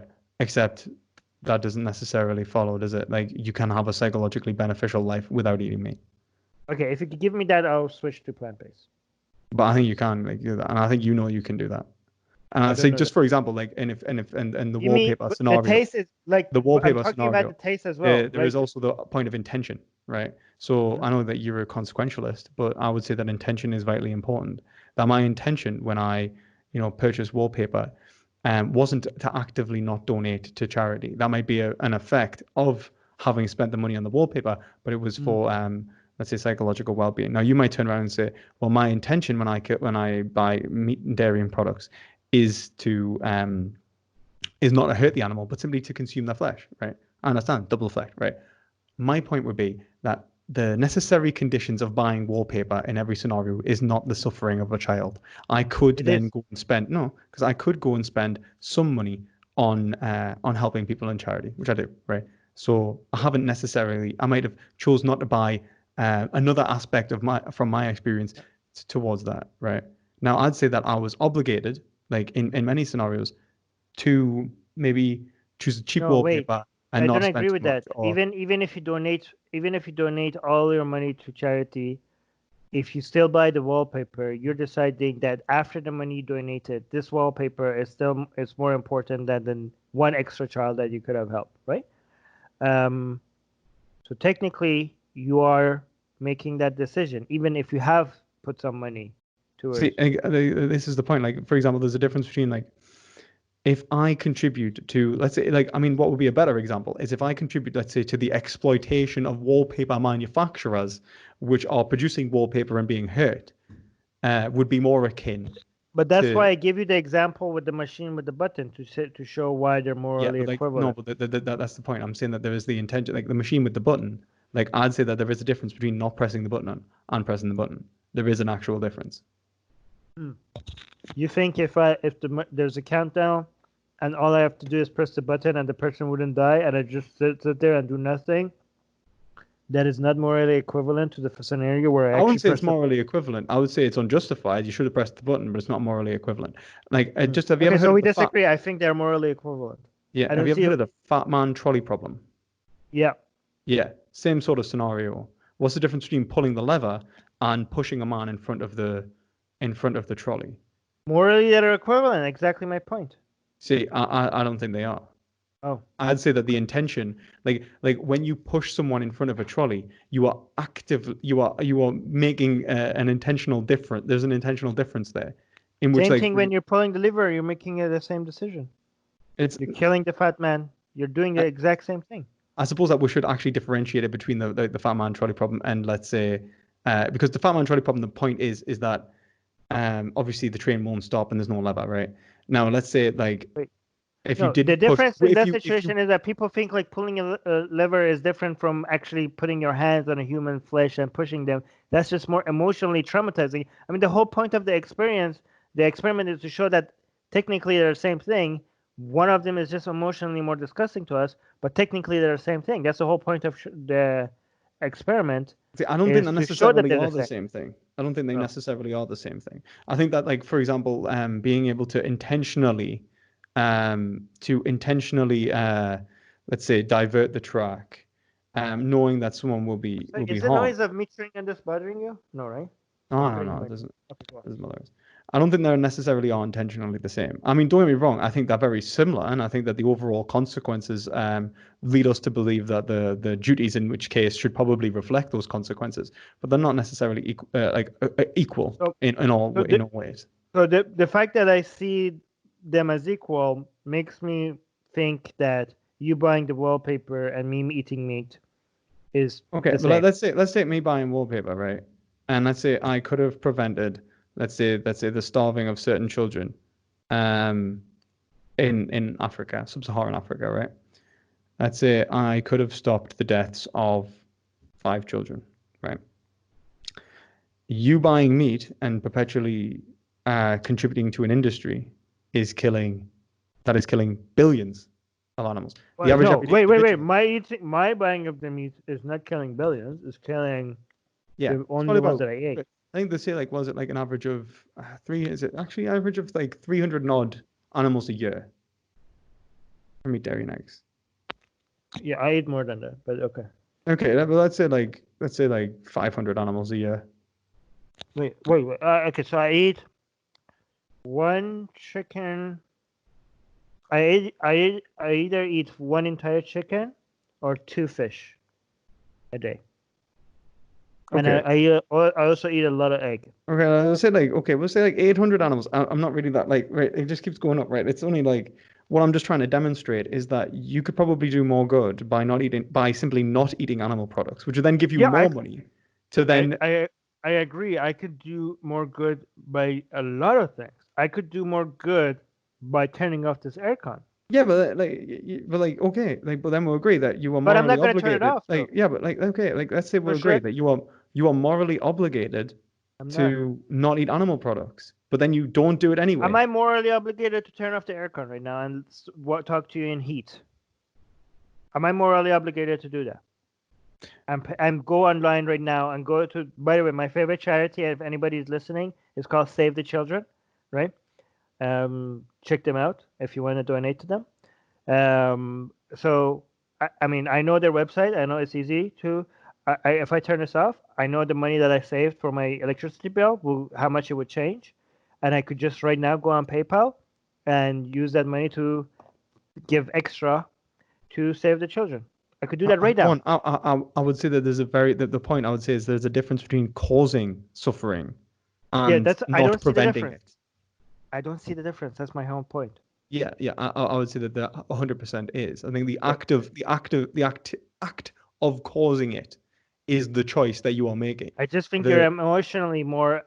We're just emotion. That's an emotion. That's not logical. I think we just emotionally see one of them different from the other one, but technically they're the same. Well, like not as like look at it like this, right? Like if you look, if you let's say that all things being considered, that if you chose not to eat animal products, no animals would die. But then you'd have to choose to donate to charity to prevent the deaths of the children. The deaths of the children were going to occur whether you acted or not. You've actively No, chose to if I mitigate it, act, which I would say is morally responsible. Your action to cause the deaths of other is directly in relation to your action, which makes you morally culpable for the yeah, initial harm being caused. I You aren't just think you're mitigating just, the suffering. You are I, causing like in one is a mitigation of suffering already set to but occur. that's the The other is entire, yeah, it just feels different. Again, it it doesn't. No, feels it's not just different. that. It's not just. It's about culpability That's, in terms of what is right and wrong. If it but right that's and wrong why, is that's the decision. entire reason why I came up with that hypothetical with the machine, and we have a disagreement on which one that I think they're the same, and you think they're not. But even like even I mean, I if think, we agree, yeah. like even if we agree that there is a let's say a rational limit to which in which we mitigate suffering, right? We Mm, say we're justified in mitigating suffering, right? mm. But then I picked I the would battle. say that there is no justification in causing suffering. Like No, your ability to mitigate suffering is in again, relation to you're how just much repeat. suffering you can You're mitigate just across saying the all of same thing. society. You're just So saying no, the but like same thing. You're just saying the same thing in different ways. You're just all you're can't you repeat no, yourself. You're the saying the that point is there's a difference between it's far easier not to cause suffering no, than it is to mitigate it. Like in no, terms of no. overall, in terms of overall, Actually, actually, my point exactly the hypothetical. First of all, in both scenarios, in real world and in the hypothetical, I was showing how it's not easier because in the hypothetical that I give you, all you had to do was just press a button. It's very easy. I'm just showing you that how easy it was. And in the real world scenario, I was also telling you that it's actually easier for me right now to donate money to charity. It's so easy. It just takes a few clicks. It's easy. It's actually easier than not eating meat. It's easier for me to donate to save those children from starvation. It just takes a few clicks. I'm just well, I seconds away mean, from achieving that. Not eating meat for me is harder. So if you're talking about which one is no, like harder, what I'm talking about is simplicity, as in like the overall reduction of like impeding someone's liberty. So like for example, yeah, I'm like my saying point. impeding. Oh, go on. Sorry. So if I was to say like the law functions in terms of our duties to actively prevent us causing harm to one another, and that's how it functions. It works in a negative, right? And then there is bringing pleasure to someone's life. Now, Hmm. am I causing harm to the individual who lives in sub-Saharan Africa for being alive?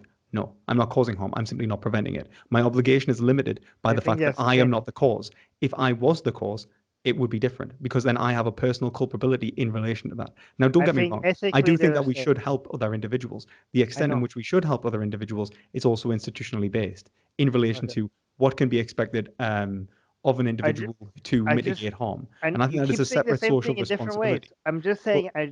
My I know that point is what you that believe. yeah. But the point of what I'm trying to say here is that if we look at the expressions of ethics, then what we see is that most of the time, like, and I think this for the most part, essentially the reason that we enter the scenario is because I want something that you also want, right? Or like it's like the tragedy of the commons, right? You take more than that's your fair share, which means I am now actively disadvantaged, right? Right. Ethics exists to mitigate disadvantage across individuals, which is why the law doesn't say you must cause pleasure to someone, Okay. right? So otherwise, you would have to say that like someone is obligated to cause pleasure to, let's say, Yeah. overall, But the only reason why laws don't work like that because of the right now, as flawed human beings that we are, we see them emotionally. We see them as one of them as disgusting, and the other one that we don't. Like no, I'd because say that I have well, no obligation no, in yeah, but my point, in what I'm trying expressing to your say, freedom That's your obligation. My obligation is not to inhibit your freedom. Yeah, but the only reason why we think like that is because we emotionally see one of these two acts as disgusting and the other one as not, even though they're the same. I disagree. Like, I disagree. I think there okay, is a rational difference. I think there's an absolutely I rational I difference. think it's rational to recognize the emotional difference that we have towards these two actions. I think there is an emotional difference that is involved, but I don't think that it's an So emotional difference in general. Not at all. no, I think it's an emotional difference, and it's Why? rational to take that emotion Why do you think it's an emotional difference? Why would you say because technically I mean those because between killing someone because to and allowing someone to die? ethically because to me ethics is about consequences, and the consequences are the same. Right. And right. So in the consequences, when you care about consequences, do you just care about them in general, or is there a reason? Is it because you're trying to behave and act in a certain way? No, I care about the consequences. You just care about consequences. I mean the consequences and the effect of those consequences on my mental state. So like when you do ethics, it's just a purely descriptive feature in which you describe the world and has nothing to do with how you behave. Well, I mean, I care about how I behave because my behavior affects those consequences. The Okay. reason why I care about my behavior is because of the consequences of my behavior. So, but ethics is about behavior. It's about like how to overall maximize our behavior, Well, right? I mean, it's a chicken and egg thing, okay? Yeah, you care about How's that behavior because you care about the consequences. You care about the consequences. I mean, yeah, one translates to the other one, of course. Yeah, so the point I'm trying to make is that like in consideration of the overall like how you behave in the world is what motivated you to ethics, and you agreed. Like I mean you mean you're like the one that says that you only care about yourself and your own feelings and your desires. Yeah, but Then what just to be clear to the people, that means I do. I mean, that might come off as called, but it's not, and it's yeah, egoism. It's not. because I do care about other people. Okay, like But that's just to part of be your own desire. Yeah. right. Yeah, and I think everybody is like that. Other Yeah, than I know. psychopath. Obviously, like what I would say is that, like, obviously that we're not like that. That the only way that we consider each other is through mutual cooperation. But Right. But by the way, the we're gone for more consider than ourselves three through mutual hours. cooperation. No, but We're gone for more than let's okay. if I Let's if I just yeah. say Go ahead. this one thing, right?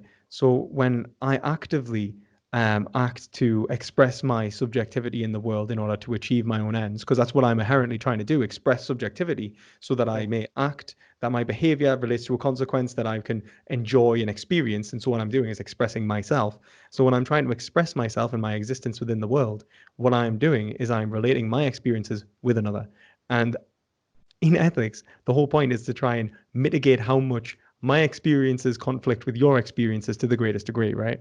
So if I mitigate like my actions and the harm done by them, what I'm doing is ultimately uh, it's not that I'm not acting reducing suffering. I'm actively expressing subjectivity to the greatest degree, right? Right. Now, So to be let me just admit something. I see how your way of looking at ethics is completely consistent with your conclusions. I could see that. Okay. I just think like we're dealing with different premises here. that's fair enough, and I understand that. Like, I'm not looking like to make you Right. like kind of like. I mean, at least you like come out of this and at least agree that one that when you said name the trait, like the trait wasn't self-consciousness, like that the trait is experience in the first place, like that. Yeah, I mean, of course. Yeah, I mean, that goes and then without saying. As a utilitarian, that goes without saying. right, and then two, you would agree that eating animal products is unjustified, but that we do unjustified things. I mean, I wouldn't call it unjustified. I wouldn't call anything unjustified because that's Immoral, not the right? term. Yeah, I Unethical. mean, yeah, yeah, I could be. If I didn't buy chicken today, I would have reduced the amount of torture in this world by one chicken. But I decided not to do that, and I contributed to the torture of a chicken. But I did way worse things than that. Well, why do you think you did worse things than that? I mean, like, what's worse than that?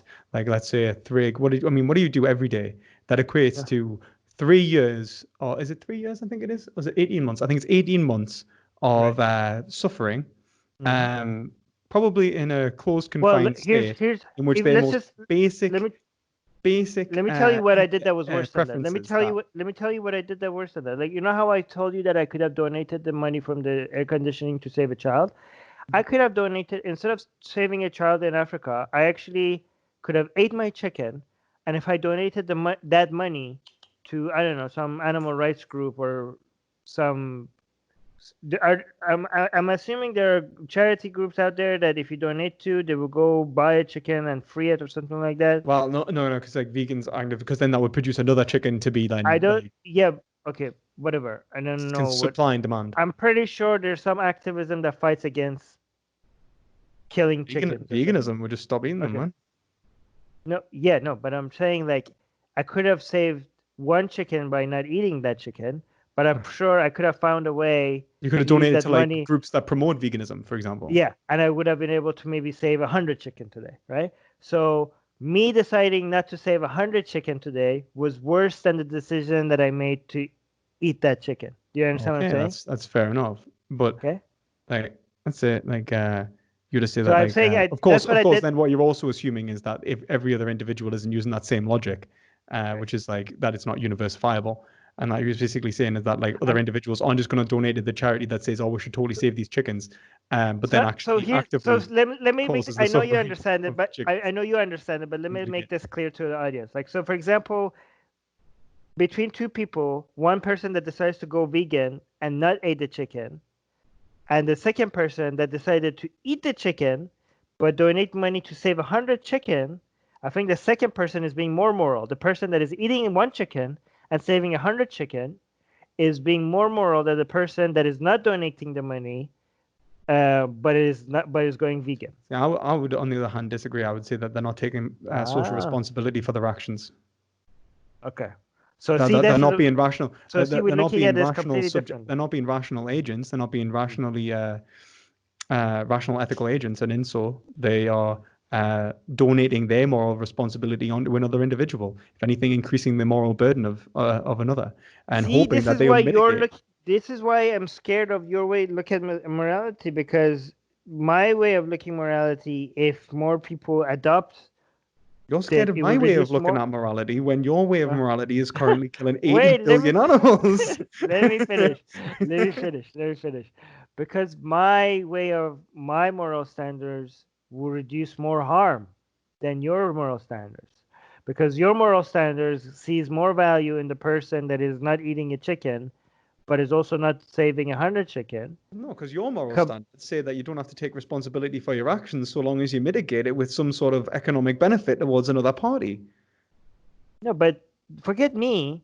These two scenarios, okay? Let's say I'm a lost cause, I'm evil, whatever. No, But but like even no, let's look at these two scenarios. I value I value the person that is eating a chicken and saving 100, and you value the person that is not eating a chicken and not donating. But in these, so I think in my both scenarios, we'll value the person that decides not to eat chicken because if it wasn't for that person in the first place, no chickens would be saved regardless of how much money was no, donated. but let's look at these two scenarios and see who's better. Okay, okay. That second person is not an activist. He's just decided to be a vegan. He's just Right. deciding to be a vegan. Okay, but when I'm saying that, if we have more of the let's say A person is a person that is donating to save 100 chicken, and the B version is a person that is going vegan. If we have more of the A, do you have less misery than the B? The A is helping reduce misery more than the B. So the fact that you value B more than A I feel like shows to me that your moral standard is not the best standard for reducing the highest amount of misery. the point is that A is not reducing more suffering than B. If Oh, A okay. does So not that's our if difference, A because if all I A care no, about let me is explain why. Because you're assuming that A is if A's logic was universalized, that suffering not, would be perpetually no, I'm dropped. not talking about Because universalized at all. I'm just well, no, talking about this. no, but I think logic is objective and universal, isn't it? Like logic is impartial, right? So if Yeah. I was to adopt that rational, impartial standpoint that I should that I eat animals for one, but then donate the money. Let's say for whatever reason, every animal I eat, I get so much money, which I then donate. Right now, let's say everyone was to do such a thing, right? We would Yeah, actually have the same suffering, right? no, because this Because everyone person will might. still be eating animal No, products. but this person is not living in a world right now. You're kind of saying like, oh, if everybody goes gay, then we Just all go buy your extinct. conscience. Yeah, but we don't. Like, But, no, but I'm just saying like we don't live in a world where everybody is vegan. So you're coming up with a scenario where it doesn't exist. You're like, well, oh, what if I'm you make it saying is that the universal. rationality So, is that, like, for example, that person is trying to right. pay other people to conform to a logic that they themselves do not adopt. Yeah. So what's wrong with that? So they're being He's irrational helping because more they know chickens. that the logic is what they should adopt. No, he's helping more chickens than the other guy. But Come he on, knows that he you could just just have stop eating chickens, and that would be yeah, the right thing to but do. So he pays other he's people doing to do the right more. thing because he won't do it. So fucking what? Yeah, but I'm not saying that he's like the worst person in the world. I'm not even I didn't saying that say like, you're. I'm saying he's better than the other person that he's is not going better vegan. because he I knows think that he he's not is. doing the right thing. If anything, Why he's does that worse because matter? he's Why does that willfully doing it matter? now. Jesus. Okay. I'm convinced that my standards are better because my looking at forget the chickens. You want I moral can't. agents that actively cause suffering. Like this guy now knows that he's causing the suffering and choosing not to do something about it and I'm tries to thinking pay about the himself off. methods that reduces the highest amount, that is the most effective way of reducing suffering. Okay, that's all I care about. I don't care if you're being following your obligations or if you're being principled or you're like doing something that is knows that you're wrong. Okay, fuck all that. Yeah, all of that is. You care But about then that. the I guys don't care. the guys Yeah. acknowledged his duty All right. towards not eating Yeah. Fuck. chickens, So and fuck. he's Yeah. chosen not to do it. So Yeah. by I even what don't we're care about talking about any of that. before, I he's care about acting any of that. irrationally.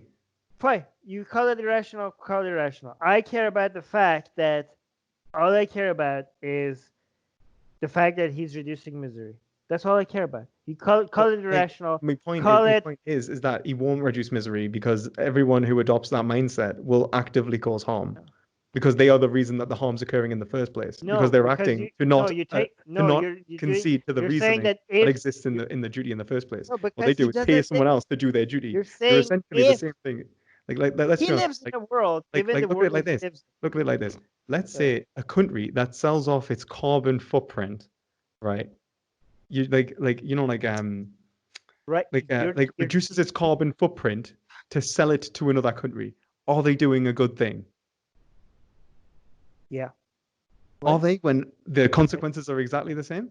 Wait, say that again. So the consequences are the same. The No, country that reduces its carbon footprint and then sells it, are they doing a good thing? oh, reduces his carbon footprint and And then sells it. sells it to China and China uses it, right? So the consequences are the same. You'd agree that nothing's changed, right? Well, I haven't. Can you give me another example? Because I had stronger opinions about carbon footprints and that before. I have to go rethink that right now.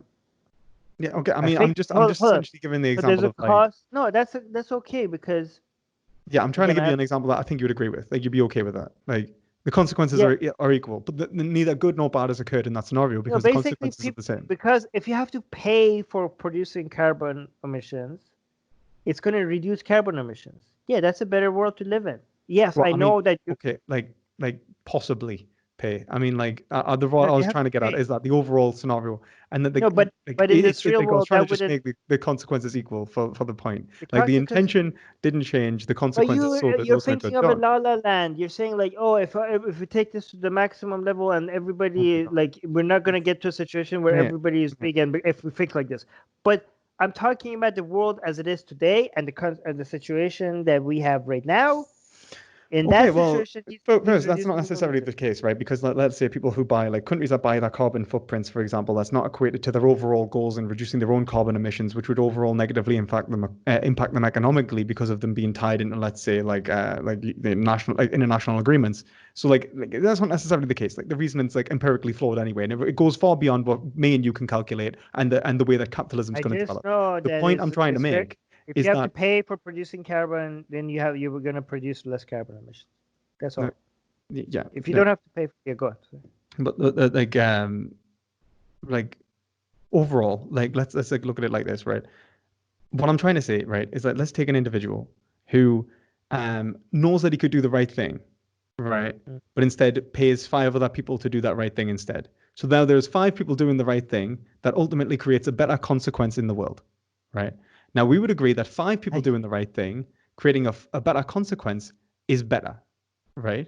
However, the reasoning, what I'm saying is that like ethics being, an epistemological, like a institution, ethics itself is how we should live our lives, how we apply ethics to our lives, okay. that individual would be wrong, I, and he would know he was wrong in accepting that 5 we people have see that ethics obligation. differently. Okay, I agree. Okay, I see your point. We look at ethics differently. To But me, that's not how we're ethics is looking. We're not looking at ethics differently. Like we would agree that even the consequences of him accepting his position, like, would overall be the would be the only way that the consequences of the 5 other people accepting their responsibility would occur, because they've rationally accepted that their actions have consequences which are immoral and unjustified. yeah, but he already lives in a world where there are those other people that would do this for him. So you're saying if everybody thought like this guy, then we would be fucked. Yeah, you're right. But we don't live in that world. So given that we don't live But in like that reason, world, as we've talked about, is rational, and being rational is impartial and objective. yeah, but it has to reason should be work with the scenario that we have, with the world that we have. It have to be flexible enough for you. You can't come up with rigid rules for every I never said situation. we And should. I said that you're the one no, that said that we so should have rules that determine that we do act positively and give to charity, for example. I yeah, said that we'll have rules that prevent us right? from hurting one No, another no. What I'm actively. saying is that what you're saying is like, oh, if everybody thought about this guy that is paying other people to to do more good than he's doing harm, if everybody was like that, then there would be no one out there to do those good things. Yeah, I I'm saying like, okay, his logic, yeah, if universalized, would be irrational. yeah, Yeah. but right now, while he lives in a situation where there are other people that are doing that, in that situation, it makes logical sense for him to do that in that scenario. What you be saying, and then this is the He could start work. consequences, which He we could agree. start. No. Look, He like the could start changing consequences, his as we agree, calculation. No, are let me finish. better. Let me finish to my point. He could start changing his calculations once this keeps growing, and all of a sudden there's not that many people left that are actually doing the good things, and there's only people only paying for other people to do good things. Maybe then these people's calculations will change. Or like, oh my god, there's not that many people left to actually do the good things. So in that world, maybe he will start switching to becoming one of those people. But right now, he doesn't live in that world. Yeah, perhaps. I mean, what I'm trying to say there, though, is if you look at it like this, right? Like the the consequences, we would agree, are better. Less chickens are being killed. Right. What I'm saying is that for ethically, since ethics is actively participated by an agent, he isn't being better because he knows that he is doing the wrong thing. Well, I don't like your definition of better then. I don't care if you like it. I don't care. Well, we're just dealing with different standards. That's all we're doing. Like, I think like my entire I don't care if you're doing something wrong, but that means like based on what you see as right or wrong, but that means less misery in the world.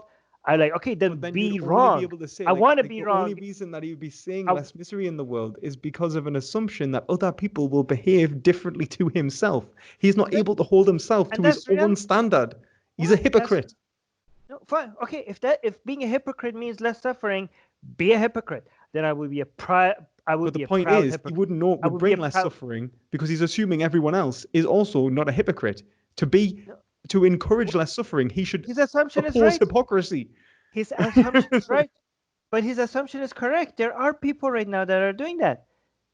His assumption, he's assuming that, and his assumption would be correct. How do you know he's something for one, right? How do you know Like that? he That's what I'm sees, going to like let's apply say that he for knows one. that There's there so are many people activists that are out there doing that the are doing exact opposite, right? You could what? donate to a vegan ad campaign and have the exact opposite effect, where people be like, "Fuck, I don't want to go vegan," right? And as like when he goes to dinner with people and he normalizes the institution of eating meat, for example, and portrays it as being justified and not, he's Now having your argument an changed. impact upon the ideology. If you want to Okay, go to fine. Yep, ideological extrapolations, I mean, we right. could go. If you massively could possible. show We could me, talk about his normative impact in terms of like how he influences other people's behaviors. We could talk about his implicit right? Yeah, those would be fair appreciation points. for the other people, like and all of these different things that would be Those would be fair changed points. if he changed his behaviors. Those would be fair points. But now you're arguing with my philosophy of what is right or wrong, which is just reducing the high, like just doing whatever causes the least amount of misery. But I mean, we're Now talking you're. about I but what I'm agree talking with about you if is you how show when me we that. even determine what is going to be consequentially the greatest overall outcome, that overall is embedded within institutional reasoning and individual obligation. That the caprice of Right. saying that I am acting morally because of the calculations I've done myself is the same thing as taking the red light. Right. So wait. So whatever calculations you come up with to show me which, if you actually could show me that what he's doing is actually causing more misery, then you would be right. But all I'm pointing out that is that that's the calculation that matters to me. Well, It yeah, I doesn't know what matter you're to me. saying is that this What individual. I'm saying, it doesn't matter to me if he's being a hypocrite. It doesn't matter to me if he's not But what following the I'm saying stand. is that he's not even like, look, he's not, he has No, been a I'm hypocrite. But agreeing like with the you. thing I'm is, trying to agree with you right now. I'm just saying that if you actually show me that, look, he's paying other people, but because he's eating meat and he's so like other people see he's eating meat, so he's normalizing it, blah blah blah, and this will show me that actually this will end up causing more harm than good. If you actually show me that, oh, it's causing more misery than pleasure, then we're like, okay, then you're right. But that is the calculation that matters to me. Nothing else matters to me. Being like a my hypocrite, my duties and all of that, none of that matters to me. That calculation is the only thing that matters to me. yeah, but the point I'm saying, like, you agree that institutions include like our reasoning as institutional, right? I think some of them should be, not everything. But I think reason itself is institutional. I do not think that it can be individualistic. That I can determine what is consequentially the best overall outcome individually. Now, what my But you, point is you is think that like i- everything in our lives should be, every single decision in our lives should be in morally terms of weighed not institutionally? in terms of not impeding another person's subjectivity, absolutely, that's the law. Well, that you can't do that. Like Yes, that's you can. impossible. It's like do not kill, you'll go to prison. No, but you can do that with the main important things. You can't do that with because everything we do, there's a butterfly effect to every goddamn thing we Okay, do. all right. Okay, we're going chaos theory. I'm talking about like individually, like okay, like No, I'm just saying like there's an everything we do is gonna. epistemological like uncertainty of certain actions as well, and like the inability to calculate. Fair enough, and but then like okay, then our institutions become more complex and well-founded, and we understand how to better live our lives in ways of not impacting each other, and And there are impeding each some other's things that liberty. the effect of them is so insignificant that it should be left to the individual rather than any institution. And Well, it's then going to if be it's so different from me and you that you insignificant, cannot then come it up.